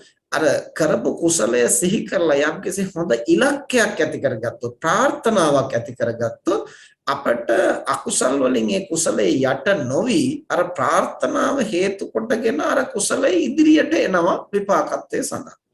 යම් යම් කුසල් සිද්ධ කරලා ඒ කුසල් වලින් යහපත් ප්‍රාර්ථනා, තෘෂ්ණා මූලික ප්‍රාර්ථනා නෙවෙයි, ඥාන සංප්‍රයුක්තව තමන්ටත් අනුන්ටත් යහපතක් වෙන හොඳ ප්‍රාර්ථනා ඇති කර ගැනීම සුදුසුයි. ඒ ප්‍රාර්ථනාව තුළින් ඉලක්කගත කරන අපේ කුසලය අවශේෂ කර්ම යට කරලා මතුවෙන්න. ඒකට හොඳම උදාහරණයක් තමයි අපිට පෙනෙන්නේ සීවලී මහරහතන් වහන්සේ සහ බුදුහාමුදුරුවෝ. සීවලී මහරහතන් වහන්සේ සසරේ දාන පාරමිතා පිරුවා. උන්වහන්සේට බොහෝ ප්‍රත්‍යලාභ ලැබුණා. බුදුරජාණන් වහන්සේ සසරේ දාන පාරමිතා පිරුවා. උන්වහන්සේටත් බොහෝ ප්‍රත්‍යලාභ ලැබුණා. හැබැයි බුදුරජාණන් වහන්සේට සමහර අවස්ථාවල ප්‍රත්‍යලාභ නොලැබී ගියා. 12 වෙනි වස් කාලේ උන්වහන්සේට යව වළඳමින් ඉන්න උනා 3 මාසයක් මුළුල්ලේ. සමහර අවස්ථාවල මාරාවේශ වෙලා ගම්මානයකටම ඒ දානමාන දෙන එක වැළැක්වුවා. පින්නපාතේවත් නැතුව සුන්බත්ව උන්වහන්සේට වැඩ ඉන්න සිද්ධ වුණා. හැබැයි සීවලී හාමුදුරන්ට කවදාවත් එහෙම වෙලා නැහැ. ඒතකොට දැන් මේ කතාව අහනකොට එකපාරට කෙනෙකුට හිතෙන්න පුළුවන් එහෙනම් බුදුහාමුදුරන්ටත් වැඩිය සීවලී හාමුදුරන්ගේ දාන පාරමිතාව ප්‍රබලද? නෑ, එහෙම එකක් නෑ. සීවලී හාමුදුරුවෝ කියන්නේ ශ්‍රාවකයෙක්, බුදුහාමුදුරුවෝ කියන්නේ සර්වඥයන් වහන්සේ. ඒතකොට ශ්‍රාවක පාරමිතාවයි මහබෝසත් පාරමිතාවයි ඉතා දුරස්තයි. මහබෝසත් පාරමිතාව මහමෙර වගේ නම් ශ්‍රාවක පාරමිතාව වැලි කැටයක් ගල් කැටයක් වගේ අල්පයි. නමුත් මහබෝසත් පාරමිතාව අරතරන් සුවිසල් වුණත් බුදුරජාණන් වහන්සේට දේවල් නොලැබී ගියා. සීවලී හාමුදුරුවන්ගේ පාරමිතාව අල්ප වුණත් උන්වහන්සේට නොලැබී ගියේ නැහැ කවර අවස්ථාවක. ඒ මොකක් නිසාද? සීවලී හාමුදුරුවන්ගේ පාරමිතාව අල්ප වුණාට උන්වහන්සේගේ පැතුමක් ඇති කරගත්තා ප්‍රත්‍යලාභීන් අතර අග්‍ර වෙන්න. ඒතර බුදුරජාණන් වහන්සේගේ පාරමිතාව පුළුල් වුණාට උන්වහන්සේට ප්‍රත්‍යලාභ ලැබීම පිළිබඳ පැතුමක් නැහැ. උන්වහන්සේගේ පැතුම උනේ සර්වඥතා ඥානය. ඒ නිසා තථාගතයන් වහන්සේගේ සර්වඥතා ඥානය වළක්වන්න පුළුවන් කෙනෙක් නැහැ. හැබැයි ප්‍රත්‍යලාභ වළක්වන්න පුළුවන්. මොකද උන්වහන්සේ ඒ කුසලයෙන් අනිවාර්යෙන් ප්‍රත්‍යලාභයන්ගෙන් අග්‍ර වෙන්නට කියලා එහෙම පැතුමක් හදලා නැහැ. එතකොට වෙනත් අකුසල් වලින් උන්වහන්සේගේ ප්‍රත්‍ය ලැබීමට තියෙන කුසලයේ යට කරන්න පුළුවන්. හැබැයි සීවලී හාමුදුරන්ට ඒ වගේ අකුසල් ඕන තරම් ඇති. උන්වහන්සේ උපදිනකොටම අවුරුදු 7කුත් මාස 7කුත් දවස් 7ක් දරු ගැබේ හිර වෙලා දුක් විඳේ. කුසල කර්මයෙන් නෙමෙයිනේ, අකුසල කර්මයෙන්. ඒ පෙර අර රාජධානියක් වට කරලා හිර කරලා කරපු අපරාධනේ. ඉතින් එතකොට මේ මිනිසුන්ට කණ්ඩ බොණ්ඩ අහිමි වෙච්ච එකේ කර්ම නැද්ද? ඒ ඕනතරම් කර්ම තියෙනවා. නමුත් ඒක කර්මයකටවත් සීවලී හාමුදුරන්ට ලැබෙන ප්‍රත්‍යලාභේ වළක්වන්න බෑ. අර ප්‍රාර්ථනාවෙන් ඒක තියුණු කරලා තියෙනවා. ඒ ප්‍රාර්ථනාවෙන් තියුණු කරලා ඉලක්කගත කරලා තියෙනවා. ඒතකොට ඒක වළක්වන්න බෑ. අන්න එහෙම වෙනසක් තියෙනවා සසර ගමනේ. අපිට විමුක්තිය පිණිස ඒ කුසලයේවත් ඇලෙන්නේ නැතිව මධ්‍යස්තව තමන්ට සිත පිරිසුදු කර ගැනීමයි වඩා වැදගත් වෙන්නේ කියන ඉලක්කයත් එක්කලා කටයුතු කිරීම විමුක්තිය සඳහා ගොඩක් සාධනීය කාරණයක්. හැබැයි විමුක්තිය ලබන තෙක් සහ විමුක්තිය ලැබූ ආත්ම භාවය තුළ තමන්ටත් අනුන්ටත් යහපත පිණිස තමන් කරන කුසල් ඕනම් ප්‍රාර්ථනා වශයෙන් ගොනු කරගන්න පුළුවන්. ඒ වරදක් නෙමෙයි. ඉතින් ඒක අවබෝධයෙන් යුක්තව පුහුණු කරන්න ඕන, පවත්වන්න ඕන. ඉතින් ඔය වගේ පදනමක් තමයි ඔය කියපු කාරණාව තුළ තියෙන්නේ. ඉතින් ඔය ඒවා තේරුම් අරගෙන තමන්ට කැමති පැත්තකට කැමති විදිහකට ඒවා හසුරුව ගන්න පුළුවන්. සන්වන්සේ පැහැදිලි කිරීමත් එක්ක මට තව දෙයක් ඒකම ආවා. මේ පොඩක් ඒක සන්වන්සෙත් එක්ක කතා කරන්න ඕනේ කියලා. ඒකෙදි සාමාන්‍ය බොහෝ වෙලාවට සමහර මට සිතුවිලි ඇති වෙනකොට බොහෝ වෙලාවට මම ඒක කෙලින්ම හිතන්න උත්සාහ කරනවා කුසලෝ අකුසලේ මූලයේ හැටියට. ඒක දකින්න. ඒක ලෝභ දෙයක් නිසාද, ද්වේෂයක් නිසාද, මෝහයක් නිසාද, නැත්නම් අලෝභ, අද්වේෂ, අමෝහ කියලා. ඉතින් කොහොම මං ඉන්නේ ඔබ ගොඩක් වෙලාවට මම හිතන්නේ අන්න ඒ පැත්තෙන් තමයි කෙලිම හැමදේම බලන්නේ මගේ ඒක හිත. ඊටාම වැදගත්. ඒක විමුක්තිය පැත්තට ලොකු සහයක් තියෙනවා. විදර්ශනාවට ලොකු සහයක් ඒකේ තියෙනවා. දැන් සාමාන්‍යයෙන් සීවලි මහරහතන් වහන්සේ ගැන කතා කරන නිසා මට නිකන් මේකත් පොඩ්ඩක් මතක් කරගෙන මේ කියන්න කියලා හිතුවා. ඒක තමයි දැන් සීවලී හාමුදුරුවෝ එහෙම ප්‍රාර්ථනා කළා කියලා හැමෝම එහෙම ප්‍රාර්ථනා කළේ නෑනේ. සරියුත් හාමුදුරුවෝ ප්‍රාර්ථනා කළේ නෑනේ. මොගලන් හාමුදුරුවෝ ප්‍රාර්ථනා කළේ නෑනේ. උන්වහන්සේලාගේ පැතුම් වෙනයි. මෙහෙම එක එක්කෙනාගේ දැන් අපි දැන් අද කතා කළේ සමහරු ප්‍රඥා ගරුක භාවය. ඒතර ප්‍රඥා ගරුක කෙනා තමයි ප්‍රඥාව සඳහා. දැන් මොගලන් හාමුදුරුවෝ ගත්තාම උන්වහන්සේ 이르දිය ගරුක භාවය. එතකොට ඒ 이르දි ගරුක භාවය ඇත්තෙනකොට 이르දිය පිළිබඳ තමයි උනන්දු වෙන්නේ. ඒකෙන් කියන්නේ උන්වහන්සේගේ ප්‍රඥාව අඩුයි කියන එක නෙවෙයි. උන්වහන්සේට 이르දිය පිළිබඳ විශාරදත්වයක් මතු කරගන්න පුළුවන් උනේ ඒ පිළිබඳව කැමැත්ත, ඒ චරිත ඇති බව, ඒට නැඹුරු වෙන බව. එතකොට සරියුත් හාමුදුරුවෝ ගත්තන් පස්සේ උන්වහන්සේ ප්‍රඥා අධික බව, ප්‍රඥා ගරුක බව, ඒ වගේම කායගත සතිය, සති සම්පජඤ්ඤයේ ගරු කරන බව. එතකොට එහෙම එක එක පැතිවලට හුරු කරලා තියෙනවා, පුහුණු කරලා තියෙනවා. එහෙම අපේ චරිත එක් විදිහට නිවන් දකින ගමන් මගේදී අපට හදා ගන්න පුළුවන්.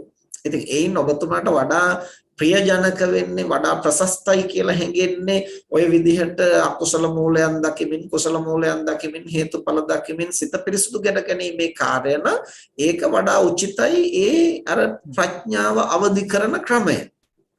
එතකොට අපට සසර ගමනේ ආමිසගරුක භාවය, කාමගරුක භාවය නොවේ, අපි ප්‍රඥාගරුක භාවය ගොඩනගන්න ඔය ඔබතුමා හිතන විදිහත් එක්කලා තියෙන සාධක වැඩි. ඒ නිසා ඒක ප්‍රඥාගරුක පැත්තට පුහුණු කරන්න වඩා පහසුයි. සන්නස තව එක දෙයක් මම පොඩි කාලේ ආර්ථික අපහසුතා සැලකිලි ප්‍රමාණයකට මුහුණ දෙන්න වුණා. හැබැයි දැන් මම වැඩිහිටි තත්ත්වයටපත් වුණාට පස්සේ රස්සාවක් කරන්න පස්සේ මට රස්සාව නිසා ආර්ථික අපහසුතාවක එහෙම කිසි ප්‍රශ්නයක් ආවේ නැහැ. හැබැයි රස්සාවල් මාරු කරන්න අවස්ථාවල් බොහෝ වෙලාවට සිද්ධ වුණා. ඒ කිසිම අවස්ථාවක අද වෙනකන් සමහර වෙලාවට මොකක් හෝ හේතුවක් නිසා රස්සාව නැතිව ගියා. හැබැයි තව රස්සාවක් ඒකම මට ලැබෙනවා ඊට වඩා හොඳ එකක්. හැමදාම වෙන එක නේ. ඇත්තට මේ කොරෝනා කාලෙදී කිසිම අහඹු ලෙස මට ගෙදර ඉඳන් වැඩ කරන්න එළියට යන්නේ නැති ඊට වඩා වැඩිපුර ගෙවන රස්සාවක් කෙනෙක් කතා කරලම දුන්නා. ඉතින් මම හිතින් හැමතිස්සෙම හිතුවා ඇයි මට එහෙම කවදාවත් මම ලොකුවට කිසි මිනිස්සුන්ට රස්සාවල් හොයන්න උදව් කරපු කෙනෙක් නෙමෙයි. ඇයි මට එහෙම මේ වගේ හැම අවස්ථාවෙම කිසිම වෙලාවකට මට ප්‍රශ්නයක් නොවන විදියට ඒ වලට ලැබෙන්නේ කියලා. පස්සේක වැඩිපුර හිතාගෙන යනකොට මට තේරුණා දැන් ඇත්තටම මට මේ අවස්ථාවේදී එහෙම ආර්ථික අපහසුතාවයක් නැහැ කරන රස්සාව. හැබැයි මට වෙන කෙනෙක්ගෙන් ආවා මට අවස්ථාවක් ඒගොල්ලන්ට මෙන්න මෙහෙම දෙයක් කරන්න පුළුවන්. එතකොට මට කෙලින්ම මට පළවෙනි සිතුවිල්ල මට ආවේ ඒක මගේ යාළුවෙට මම බාර දෙන්න ඕනේ කියන එක. ඉතින් ඒක මම ඇත්තටම මේක එහෙම කරලා දුන්නා. ඉතින් මම හිතුවේ බොහෝ වෙලාවට ඒ කියන්නේ මම ඉස්සෙල්ලා මම හිතුවේ මට එහෙම මම මොකුත් මිනිස්සුන්ට උදව් කරලා නැහැ. හැබැයි මට මෙහෙම හොඳ ආර්ථික කිසිම ගැටලුවක් නොවන විදිහට දේවල් සිද්ධ වෙගෙන යනවා. බොහෝ වෙලාවට ඉතින් ඒ කියන්නේ මගේ සිතුවිල්ල තියෙන හිතේ වැඩ කරනවා. අවස්ථාව ආපු මොහොතක තව කෙනෙක්ට උදව් කරන්න ප්‍රශ්නයක් නැහැ. ඒක මං ගාව තියාගන්න නැහැ. මට සල්ලි වැඩිපුර හම්බ වෙනවා. ඒක මට අවශ්‍ය නැහැ. හැබැයි මම ඒක සුසුසු පුද්ගලයාට දෙනවා කියන එක. ඉතින් ඒ නිසාමනේ දැන් ඔය සතාසි උපාවට පාව පුළුවන් හැටියට උදව් කරන්න ඕන, සලකන්න ඕන කියන ආකල්පයත් ඒකමනේ. ඉතින් ඇත්තටම දැන් ඔතන තමයි මේ පරිත්‍යාගය සම්බන්ධව අවශ්‍යම මූලය වැඩෙන්නේ. ඒ කියන්නේ දැන් අද ගොඩාක් දෙනා පිටකම් කරන්නේ නිකන් මට ප්‍රතිලාභ සඳහා, මට සසර සැප ලබන්න, මට සසරේ දේවල් අහිමි නොවෙන්න මං දේවල් කරන්න ඕන. ඒක නෙමෙයි දානේ පරමාර්ථය වියතේ. එතනදී අර ආත්ම මූලික සංකල්පය. ඒවෙන් සසර දේවල් ලැබෙන්න පුළුවන්. හැබැයි ක්ලේශය වර්ධනය වෙනවා. එහෙම නොවි ඔය මානුෂීය පදනේ මං විතරක් නෙමෙයි අනිත් අයත් හොඳින් ඉන්න ඕන. මට පුළුවන් හැටියට ඉඩ ලැබෙන හැම මොහොතකම අනිත් අයට සහාය වෙන්න ඕන. ඒගොල්ලන්ගේ යහපත පිණිස කටයුතු කරනවා. එතකොට දැන් ඔබතුමා ඒ වගේ අර මානසික මුහුණුවරකින් ඒ බඳු පදනමක් තුල මනස පුහුණු කරන්න ඔය ආකල්පය ඉතාම වැදගත් වෙනවා. ඊට පස්සේ ඒක තවත් තුන්වෙනි පියවරකට යනකොට තමයි ආධ්‍යාත්මික සංකල්පයකින්. ඒ කියන්නේ මේ සම්මත ලෝකයේ තුල පරමාර්ථමය වශයෙන් තමනුත් අනුනුත් දකිමින් පුළුල් පදනමක් තුල අපිට මේ පරිත්‍යාගය කරන්න පුළුවන් වෙන්නේ. ඉතින් ඒක තමයි වඩාම නිවනට ඍජුම තැන. ඉතින් ඒ සඳහා අර විදිහට හේතුඵල වශයෙන් ඒ වගේම සිත පිරිසුදු කර ගැනීම කියන කාරණය පදනම් කොටගෙන ඒවා කිරීම තුළ අනුක්‍රමයෙන් එතනට මනස පුහුණු කරන්න පුළුවන්. සනිස වෙලාව නම් බොහෝ ටික තව අවසන් ප්‍රශ්නේ සවන්නස් මම ඒකත් පොඩ්ඩක් කතා කරන්න. සමා වෙන්න ඕන අනිත් කට්ටියත් ඉන්නම් ප්‍රශ්න අහන්න. මේක සවන්නස් මම උපතින් බෞද්ධයෙක්. හැබැයි බෞද්ධ දේවල් ගැන එහෙම ලොකුවට මම නැඹුරු වුණේ මීට අවුරුදු 5කට ඉස්සෙල්ලා වහන්සේගේම ධර්ම දේශනාවක් අහලා තමයි එක්තරා වෙච්ච සිදුවීමක් වින්ද බෞද්ධ ජීවිතේ වෙච්ච සිදුවීමක් නිසා වහන්සේගේ ධර්ම දේශනාවක් අහලා තමයි මෙසේ නැඹුරු වුණේ. ඇත්තට මම කියනවා මම එදායින් පස්සේ තමයි ඇත්තටම බෞද්ධෙක් වුණේ කියන එක. මේ ඒකෙදි සානස ඊට පෙරත් මගේ හැකියාවක් තිබ්බ මෙහෙම දෙයක්.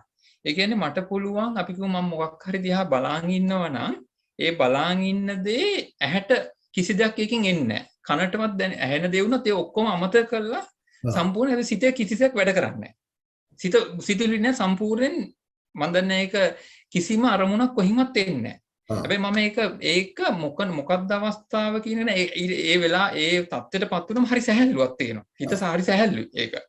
ඉතින් ඒක ගැන ලොකු අවබෝධයක් නැති හින්දා මම මේක බෞද්ධ පැත්තට නැඹුරු වුණාට පස්සේ මම ඒක අත්හැරිය ඒක කරන එක. හැබැයි තාම වුණත් මට ඒක කරන්න පුළුවන්. ඒක නිකන් සිත සම්පූර්ණයෙන්ම නැති කරලා දානවා වගේ එකක් වෙන්නේ. මම දන්නේ නැතර මොකද්ද කියලා කිසිම කොහින්වත් අරමුණු එන්නේ නැහැ. ඇත්තටම මෙතන සිත නැතිවීමක් නෙමෙයි සිද්ධ වෙන්නේ. සිතට එන රළු අරමුණු වලින් සිත බැහැර කිරීමක්. එතකොට සිතේ ක්‍රියාත්මක වෙන ඉතා සූක්ෂම අරමුණු විතරයි ක්‍රියාත්මක වෙන්නේ. නමුත් ඒ සූක්ෂම අරමුණු අපිට හඳුනා ගන්න පුළුවන් වෙන්නේ වඩාත් ඒ පිළිබඳව සති සම්පජාඤ්ඤය දියුණු කරනකොට. ඉතින් බොහෝ විට ওই වගේ තත්ත්වයන් ඇති වෙන්න පුළුවන් සාංශාරික වශයෙන් මනස පුහුණු කරන්න යම් ප්‍රමාණයකට උත්සාහ කරපු ඒ සඳහා ප්‍රගුණ කරපු අයට ওই වගේ යම් එහි නෂ්ටාවශේෂ මේ ජීවිතේ දැනෙන්න පුළුවන්. ඉතින් ඒ නිසා ටිකක් භාවනාව පැත්ත ගැන විදර්ශනාව පැත්ත ගැන ටිකක් පොතපත කියවලා ඊට අදාළ ධර්මදේශනා ආදී ශ්‍රවණය කරලා සුදුසු ගුරුවරයෙක් ඇසුරු කරමින් ටිකක් ඒ පැත්ත ප්‍රගුණ කරන්න උත්සාහ කළොත් ඔබතුමාට වඩා පහසුවෙන් ඒ භාවනාවක් තුළ නියැලෙන්නට මනස සකස් කරගන්න ඒක උදව්වක් වේවි ඒ සාංශාරික හුරුව. ඒක ඉස්සන්නසේ මම ඇත්තට මේක නැවැත්තුවේ දැන් ඒකෙදි කද කරන වේලාව ගැන කිසිම අවබෝධයක් නැහැ. නිකන් හරි බාහිරින් ලොකු කවුරු හරි මොකක් හරි කරොත් තමයි මම එතනින් අවදි වෙන්නේ. එතනින් එළියට එන්නේ. ඉතින් මට ටිකක් බය වුණා මෙහෙම ගිහලා එහෙම හිටියොත් ඒක තමයි. ඒ වෙන්නේ අර දැන් අපි ඒ පිළිබඳව පසුබිම හරියට හඳුනාගෙන නෙමෙයිනේ අවතීර්ණ වෙන්නේ. සසරේ වඩපු මොකක් හරි දෙයක නෂ්ටාවශේෂයක් තමයි මතුවෙන්නේ. එතකොට අර ඒකාග්‍රතාවයේ තියෙනවා. හැබැයි එතන සිහිය හරියට ක්‍රියාත්මක වෙන්නේ නැහැ. නුවණ හරියට ක්‍රියාත්මක වෙන්නේ නැහැ. එතකොට එකඟ බවක් ඇති කරගන්න යම් ප්‍රමාණයකට මනස පුහුණු කරලා තියෙනවා. ඉතින් ඒ ඒකාග්‍රතාවයෙන් අපට ප්‍රයෝජන ගන්න පුළුවන් වෙන්නේ සතිය සම්පජඤ්ඤය අවදි කරන ප්‍රමාණයට. ඉතින් ඒකට අපි හරියට පුහුණු වුණොත් ඒ හැකියාවෙන් ගොඩක් ප්‍රයෝජන ගන්න පුළුවන් ධර්මය වටහා ගන්න. පැහැදිලි වෙනවා සන්නාසය. තිරුවන් සරණයි. ඊළඟට බුද්ධික මහත්මයා අමින්වහන්සේ YouTube එකෙන් ප්‍රශ්න 3ක් අහලා තියෙනවා.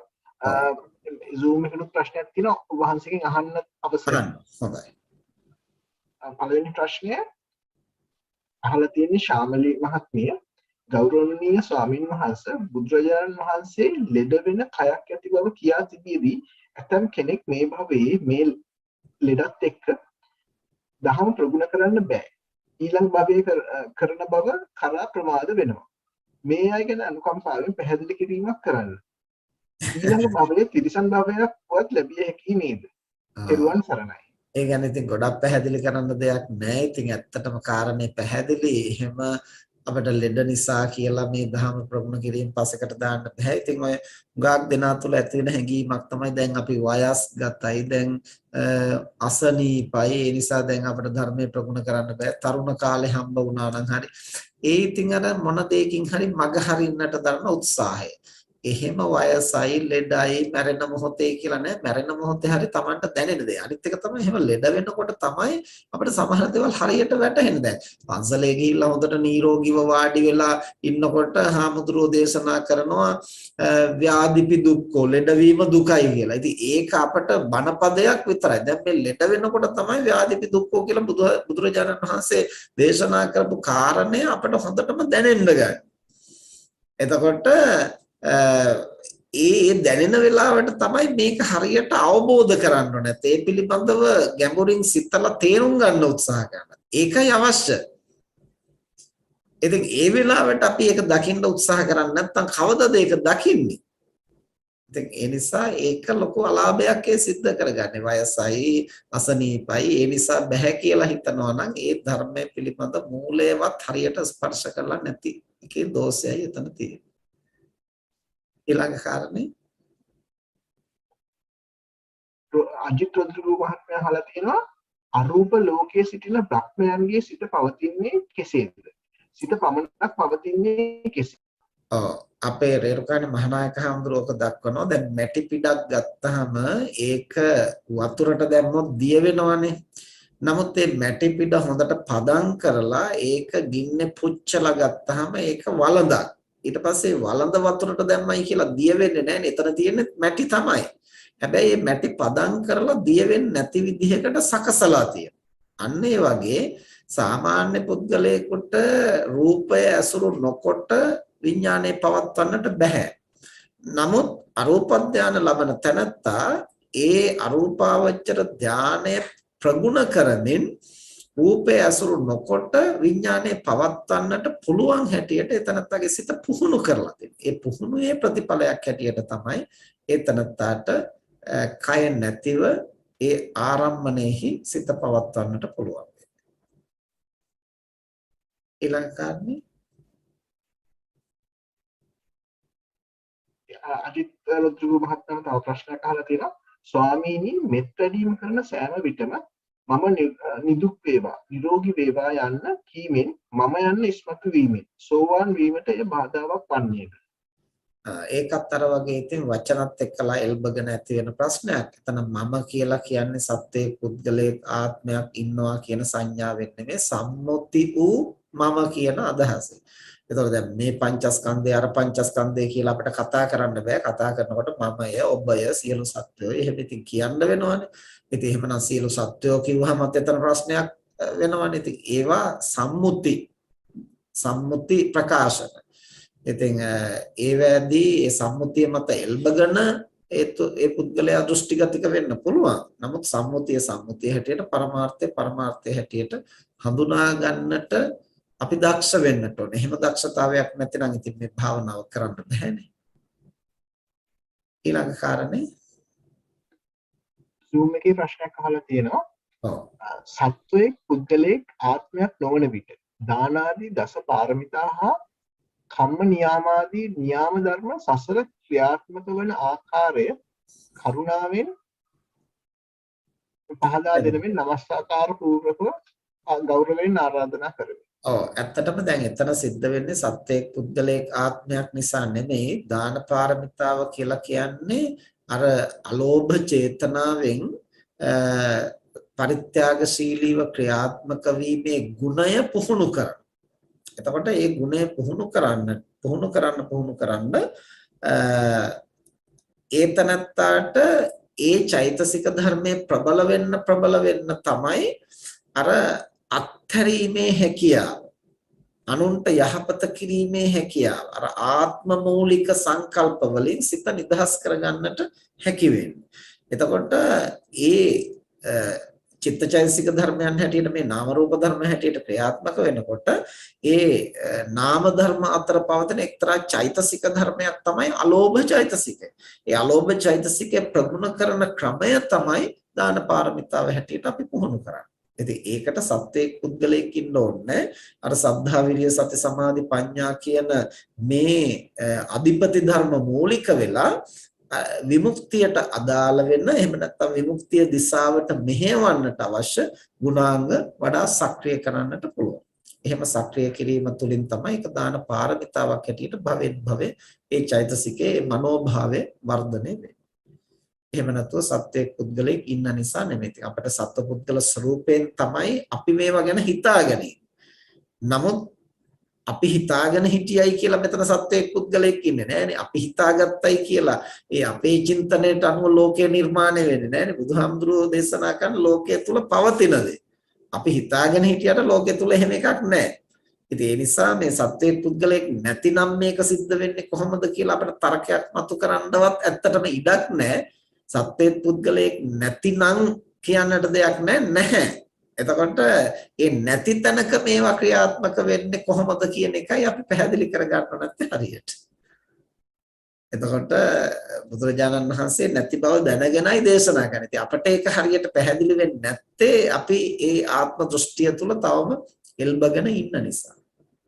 දැන් ඒ විතරක් නෙමෙයි මේ මෑතකදී අපි දැක්ක අන්තර්ජාලයේ තියෙන එක ස්වාමීන් වහන්සේලා දෙනමක් මේ පැහැදිලි කරන්න උත්සාහ කරනවා පිරිනිවන් පෑවට පස්සෙත් සත්වයා කියන කෙනා ඉන්නවයි කියලා. ඒ තරම්ම ඒ ආත්ම දෘෂ්ටිය තහවුරු කරගෙන ඒකේ ගිලිලා ඒකේ එල්බගෙන. ඉතින් එහෙම ස්වභාවයන් තියෙනවා. ඉතින් ඒවා අද ඊයේ ප්‍රශ්න නෙමෙයි බුදුහාමුදුරුවෝ වැඩ ඉන්න කාලෙත් ඇතැම් අය එහෙම ආත්ම දෘෂ්ටිය දැඩිව එල්බගෙන කටයුතු කළා. ඊළඟට දැන් ඔය සර්වාස්තිවාදීන් වගේ යම් නිකායන් වල මේ ධර්මතා කාලත්‍රයේදීම පවතිනවා වගේ අදහස් ඉදිරිපත් කරමින් ඒ ආත්ම සංකල්පය වර්ධනය කරපු අවස්ථා තිබුණා. ඉතින් ඒවා අලුත් දේවල් නෙමෙයි හැමදාම පුද්ගලයාගේ ප්‍රඥාව විවෘත නොවෙනකොට හරියට මේ ස්කන්ධ ධාතු ආයතන નિවරදිව විග්‍රහ කරගන්නට දක්ෂ නැති වෙනකොට අර වගේ දෘෂ්ටිවල එල්බ ගන්නට පුළුවන්. මොකද මේක දීර්ඝ කාලයක් සසරේ තහවුරු වෙලා තියෙන දෘෂ්ටියක් නේ. ඉතින් ඒ නිසා ඒකෙන් ගැලවෙනවා කියන එක පහසු නැහැ. ඉතින් එහෙම කෙනෙකුට අර ඒ දෘෂ්ටිය තුළ ඉඳගෙන තමයි ඒව දිහා බලන්නේ. ඒව ගැන හිතන්නේ. ඉතින් නමුත් බුදුරජාණන් වහන්සේ දේශනා කරන්නේ එහෙම සත්‍යයක් පුද්ගලික ආත්මයක් කියලා දෙයක් මෙතන නැත්තේ නෑ. ක්‍රියාත්මක වෙන්නේ නාම රූප ධර්මවල අන්‍යෝන්‍ය ප්‍රත්‍යභාවයේ ක්‍රියාවලියක් තමයි සිද්ධ වෙන්නේ. ඒතර ඒක සිද්ධ වෙන්නේ කොහොමද කියලායි අපි අධ්‍යයනය කරලා අපට තේරෙන්නේ නැති නිසා හඳුනාගත යුත්තේ. එහෙම නැතුව මෙතන තව කෙනෙක් එක්ක හෝ බුදුහාමුදුරුවොත් එක්ක හෝ ධර්මයත් එක්ක තර්කයක් නැහැ.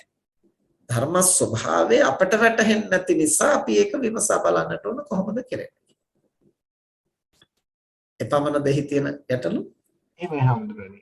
හොඳයි. දැන් අපි වෙලාව 9:15යි හිමාලි මහත්මියක් ප්‍රශ්නයක් අහන්න බලාපොරොත්තු වෙමින් ඉන්නවා.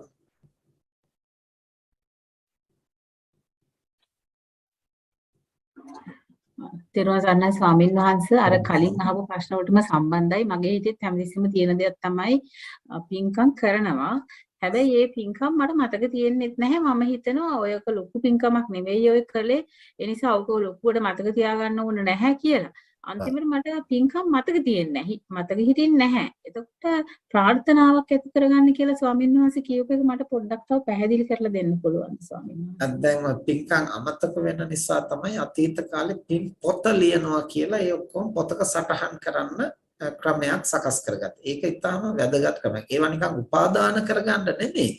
අපි කරපු කුසල් දහම් පිළිබඳව නැවත නැවත සිහි කරලා හිත සතුටු කරගන්න. දැන් චාගානුස්සති කියලා කියන්නේ තමන්ගේ දන් දීමේ ගුණය සිහි කරන එක. ඒක භාවනාවක් හැටියට බුදුරජාණන් වහන්සේ අනුස්සති භාවනාවක් හැටියට දේශනා කරනවා. ඒක ධානයට මනස පමුණුවන්නට තරම් චිත්ත ඒකාග්‍රතාවය ඇති කරන්න පවා භාවනාවක් හැටියට ප්‍රගුණ කරන්න පුළුවන්. එතකොට මම මෙච්චර දන් දීලා තියෙනවා කියලා මාන්නෙන් හිතන්නත් පුළුවන්. මම දැන් මෙච්චර දීලා තියෙනවා මට අනිවාර්යෙන් මෙහෙම ලැබෙන්න ඕන කියලා නිකන් අර අයිතිවාසිකම් ගැන කතා කරන්නත් පුළුවන්. මට නම් සසරේ බයක් නැහැ ඉතින් මං දීලා තියෙන නිසා හම්බ වෙනවා කියලා මතු බලාපොරොත්තු ඇති කරගන්නත් පුළුවන්. ඒ වගේම මගේ මනස තුල මම මේ යහපත් සද්ගුණ ඇති කරගෙන මම ත්‍යාගශීලීව මේ ලබාගත්තු මනුෂ්‍ය ජීවිතය තුළ මගේ මනස පුහුණු කරලා තියෙනවා කියලා අපිට නිරාමිස සතුටක් ලබන්නටත් පුළුවන්. ඒ සඳහා අපි නැවත නැවත කුසල් සිහිපත් කිරීම වටිනවා. ඒව සටහන් තබා ගැනීම වටිනවා. ඉතින් ඒ නිසා අමතක වෙනවා නම් අපිට පොතක් අරගෙන මොකක්ක හෝ ඉතින් අද කාලේ මේ අන්තර්ජාල පහසුකම් තියෙනවා. ඒ ක්‍රමයට හෝ ඒව සටහන් කරගෙන තියා ගැනීම සුදුසුයි. ප්‍රාර්ථනාවක් ඇති කරගන්නවා කියන එකේ තේරුම ප්‍රාර්ථනාව අනිවාර්යයි කියන එකම නෙමෙයි.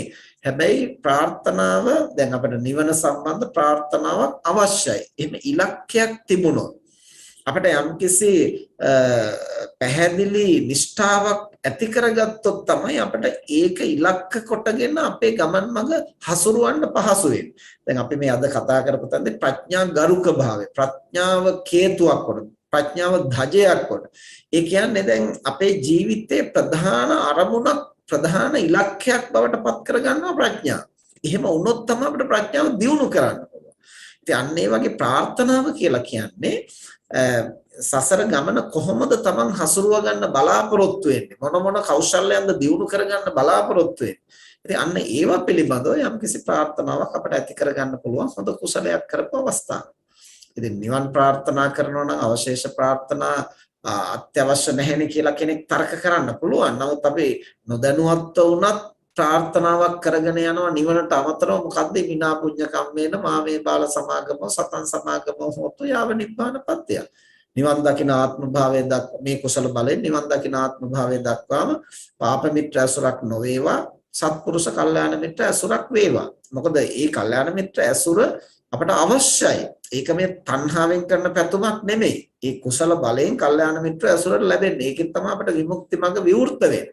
එහෙම නැත්නම් අපි අර මුලින් කිව්වා වගේ මහදන සිටු පුත්‍රයා සසරෙත් පාරමිතා වැඩුවා ඥාන සම්ප්‍රයුක්ත උත්පත්තියකුත් ලැබුවා.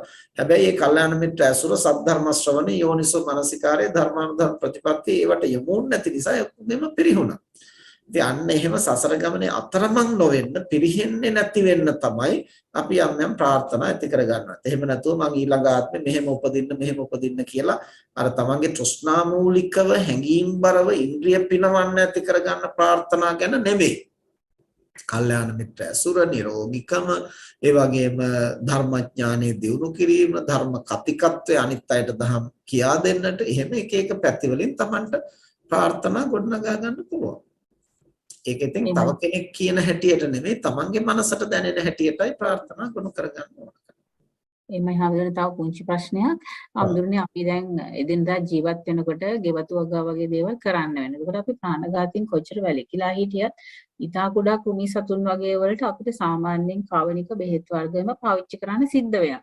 එතකොට දැන් අපි ගෙවතු වගාව නවත්තන ස්වාමීන් වහන්සේ කරන්න වෙන්නේ දැන් අපිට හරි ප්‍රශ්නයක් මේක ස්වාමීන් වහන්සේ. දැන් අපිට ගිහියෙක් හැටියට ඉඳගෙන රහතන් වහන්සේ නමක් වගේ වැඩ කරන්න බෑ. පැවිද්දෙක් වගේ වැඩ කරන්න බෑ.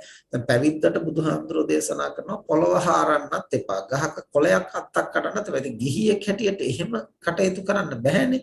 ඒ නිසා අපි උත්සාහ කරන්න ඕන දැන සතුන් නොමරා ඉන්නවා කියන තැන ඉඳලා හැකි උත්පරිමයෙන් එතනින් වළකින්න. එහෙම නැත්නම් ඉතින් අපිට නොකනොබී ඉන්න බෑනේ වගා කරන්න නැතුව ගොවිතැන් කරන්න ඉන්න බෑනේ. ඒවාර බරපතල විදිහට දැනම කෘමිනාශක ගහලා විනාශ කරන්න නැතුව අපිට උපාය මාර්ග පාවිච්චි කරන්න පුළුවන්. ඒ සතුන් ඇති නොවෙන්න, බෝ නොවෙන්න ඒ සඳහා මොනවද කරන්න පුළුවන්? ඒ සඳහා තමයි කෙම් ක්‍රම පාවිච්චි කරලා වපුරනකොට ඒ දින කාලවකවානු පෝයද අමාවකද ඊට පස්සේ කෝණය මොකක්ද මේවා ගැන සැලකිලිමත් වුණා. ඊළඟට පිරිත් දේශනා කරලා පිරිත් පැන් ඉස්සා මෙහෙම නොයෙක් ක්‍රම පාවිච්චි කළා. ඒ සත්තුන්ට හානියක් නොවි තමනුත් අකුසල් කරගන්න නැතුව ධාර්මික විදිහට ගොවිතැන් කරන්න. ඉතින් අද ඒ ඥාන සම්ප්‍රයුක්ත බවෙන් ගිලිහිලා සතෙක් හිටියොත් ඒකම මරලා තමයි අයින් කරන්න ඕන කියන විදිහේ ආකල්පයකට ඇවිල්ලා. ඒ අර බටහිරින් අපට ඇවිත් තියෙන ආත්ම මූලික සංකල්ප. ඉතින් ඒවැම අපි läගගෙන ඉන්න ඕනේ. අපිට ටිකක් විමසිලිමත්ව සොයන්න බලන්න පුළුවන් නම් ඒවා සඳහා ඕනතරම් ක්‍රමෝපායන් තියෙනවා. ඉතින් අද කාලේ මේ අන්තර්ජාලයේ තුගාක් ඒ වගේ ක්‍රමෝපායන් දැන් අලුතෙන් මතු කරමින් පවතිනවා. එමය හැමදෙන දරුවන් සරණයි. ඊළඟට පසින්දු මහත්මයාද අවසරයි ස්වාමීන් වහන්සේ. ස්වාමීන් වහන්සේ මට තියෙන ප්‍රශ්නයක් තමයි දැන් අපි ඔය ටෙලිනාටි අන්තර්ජාලය හරහා බලන ඔය එක හිනා යන දේවල් ඒවා බලන එක ස්වාමීන් වහන්සේ ඒවා අපේ මනසේට ඒවා ගැබ් වෙලා ඊට පස්සේ යටිසිතට ඒවා ගිහිල්ලා ඒතර ඒවා ස්වාමීන් වහන්සේ අපේ විඥානයත් එක්ක ඊළඟ ආත්ම වලට යනවද? එහෙම යන එවැනි අනවශ්‍ය වැඩ කර නැති සිතුවිලි මේ මතකයන් හිතේ මකා දමන ක්‍රමයක් මේ බුද්ධ කියන අපේ මේ බුද්ධ මේ වචනේ තියෙනවා ස්වාමීන් වහන්සේ ඒ ගැන පොඩ්ඩක් පැහැදිලි කිරීමක්. ඇත්තටම එහෙම තියෙනවා. දැන් අද අපි මේ කතා කළෙත් අද දැන් පුතා අහගෙන හිටියානම් අපි මේ මුල ඉඳලා මේ සාකච්ඡාව මේ දේශනාව අපි මුලින්ම පටන් ගත්තෙම අර කාමගරුක භාවය කියන්නේ ඇසින් දකින්න ඒවට වඩා ඇලෙනවා. ඒතර ඒවම හොය හොයා යනවා. කනින් අහන ඒවට කැමති නැහැ. ඒවම හොය හොයා අහනවා. එතකොට අපේ මනස කාමගරුක භාවය කියන්නේ කාමයන්ට තමයි අපේ ජීවිතේ මුල් තැන. එතකොට වැඩි හරියක් ඒවටම තමයි නැඹුරු වෙවි අපේ මනස පටිසෝතගාමිය පහළට පිරිහෙන පැත්තට කාමයන්හි එල්බ ගන්නා තැනට තමයි යන්නේ. ඉතින් අපිට ප්‍රඥාව දියුණු කරන්න ඕන නම් ප්‍රඥාගරුක භාවය, ගුණය දියුණු කරන්න ඕන නම් ගුණගරුක භාවය. එතකොට ඒ විදිහේ අපිට දියුණු කරන්න ඕන ගුණය පිළිබඳව අපි වඩා නැඹුරු වෙලා අර පැත්ත ටික ටික අඩු කළොත් තමයි අපිට මේ පැත්ත අවදි කරන්න. දැන් සාමාන්‍ය සරල විදිහට ගත්තොත් මනෝ විද්‍යාඥයින් පැහැදිලි කරනවා අපේ මතක ගබඩාව ගත්තාම උනත් ඒකේ කොටස් දෙකක් තියෙනවා. දැන් අධ්‍යාපනය ලබන කාලේ වෙනකොට ශාස්ත්‍රීය දැනුම එක කොටසක අර විදිහේ ඕපාදූප ඉන්ද්‍රිය පිනවන අර වැඩකට නැති දේවල් තව කොට. එතකොට අපි අර ඕපාදූප පැත්ත වැඩි කළොත් ශාස්ත්‍රීය කොටසට තියෙන ඉඩකඩ අඩු වෙලා යනවා. ශාස්ත්‍රීය කොටස වැඩි කරන්න ඕපාදූප වලට අපේ මනසේ තියෙන ඉඩ අඩු වෙලා යනවා. එතකොට දැන් අපිට මොන පැත්තද ඕන? ඒ ඕන පැත්ත වැඩි කරන්න ඕන. වැඩි කරනකොට ඒකත් එක්ක තමයි විඥානය වැඩෙන්නේ. ඉතින් ඒ වගේ තමයි අපිට ගුණය දියුණු කරන්න ඕන නම් ප්‍රඥාව දියුණු කරන්න ඕන නම් වැඩිපුර අපි ඒව ගැන හිතන්න, ඒව ගැන කතා කරන්න, ඒව ගැන සොයන්න, ඒව ගැන කියවන්න, එහෙම නැඹුරු වෙන්න ඕන. හැබැයි අර නිකන් ආස්වාදයක් ලැබෙන, ඉන්ද්‍රිය පිනවන, ඇහැ සතුටු වෙන, කන පිනවන දේවල් ගැන නම් අපි වැඩිපුර අවධානය යොමු කරන්නේ. ඉතින් ඒවත් එක්ක තමයි මනස වැඩෙන්නේ. සසර යන්නේත් ඒවත් එක්ක තමයි. ඒ නිසා කොයි පැත්තටද අපි අවධානය වැඩිපුර යොමු කරන්නේ ඒ අනුව තමයි භව ගමන තීරණය වෙන්නේ. ඒ අනුව තමයි රාග චරිත, ද්වේෂ චරිත, මෝහ චරිත, බුද්ධි චරිත, සද්ධා චරිත ඔහොම නිර්මාණය වෙන්නේ ඒ හුරුවත් එක්කලා තමයි. එහෙමයි සානංශ. බොහොම බෙන් සානංශ ඒක මට දැනගන්න ඕන දෙයක් තමයි දැන් අපි එහෙම හිත නැඹුරු කරගෙන නිවැරදි මාර්ගයෙන් යන අතර කලින් කියන්නේ පොඩි කාලේ ඉඳලම රස හිතේ එකතු වෙන කියන්නේ යටිසිතේ එකතු වෙලා තියෙන දේවල් මකන විදියක් තියෙනවා සානංශ. ඒවා විටින් විට මතුවෙනවා. ඒ මතුවෙනකොට ඒකත් එක්කලා ගැටෙන්න යන්න හොඳ නැහැ. අපි දේවල් අමතක කරන්න තියෙන සුදුසුම ක්‍රමයේ හැටියට ධර්මයේ පැහැදිලි කරන්නේ ඒකට ලොකු අගයක් නොදී සිටීම. අගයක් කියලා කියන්නේ මේක හොඳයි වටිනවා කියලා ඇලෙන එකත් අගයක්. අපෝයි මේක නරකයි මේකෙන් ලොකු අනර්ථයක් වෙනවා කියලා හිතන එකත් අගයක්. එතකොට යමකින් අපට හානියක් වෙයි කියලා බය වුණොත් ඒකම මතුවෙන්න ගන්නවා. ඒක හොඳයි කියලා හිතන්න ගත්තොත් ඒකම මතුවෙන්න ගන්නවා. ඒ නිසා හොඳයි කියලාත් නරකයි කියලාත් ඒකට ලොකු අගයක් දෙන්න නැතුව ඒක නොසලකා හැරීම තමයි දේවල් ෂේ වෙලා යන්න සුදුසුම ක්‍රමය. බොහොම සානංශ. හොඳයි එහෙනම් අද කාල වේලාව ටිකක් වැඩිපුරත් ගත වුණා. අපි එහෙමනම් අද ධර්ම සාකච්ඡාව මේ පමණකින් නිමවටපත් කරමු. ලබන සතියේ අපිට තව ප්‍රඥාව පිළිබඳව කතා කරන්න තියෙනවා. විශේෂයෙන් ප්‍රඥාව දියුණු කරන්න තවත් අපි ඇති කරගත යුතු ගුණාංග මොනවද, ප්‍රගුණ කළ යුතු කාරණා මොනවද කියන බව අපි ලබන සතියේදී කතා කරනවා. ඒ වගේම ඊට පස්සේ අපිට ප්‍රඥාව පාරමිතාවක් හැටියට භවෙන් භවය ප්‍රගුණ කරන්නේ කොහොමද කියලා ඒ කාරණයක් තියෙනවා. ඒතර මේ කරුණොත් අපි ඉදිරි සතිවල සාකච්ඡා කරන්න බලාපොරොත්තු වෙනවා. ඉතින් අද දවසෙත් අපේ අනුරුද්ධ හාමුදුරුව ඇතුළු ධර්ම සාකච්ඡාවට සහ සම්බන්ධ වුණු සෑම සියලු දෙනාටම මේ ධර්මඥානය ප්‍රඥාව අවදි කරගෙන සුඛ ප්‍රතිපදාවෙන් ප්‍රාර්ථනා කරන බෝධියකින් නිවන් අවබෝධ කරන්නට හේතු වේවා කියලා ප්‍රාර්ථනා කරනවා. හැම දිනාටම තෙරුවන් සරණයි. අපි ප්‍රාර්ථනා කරනවා ධර්ම දාන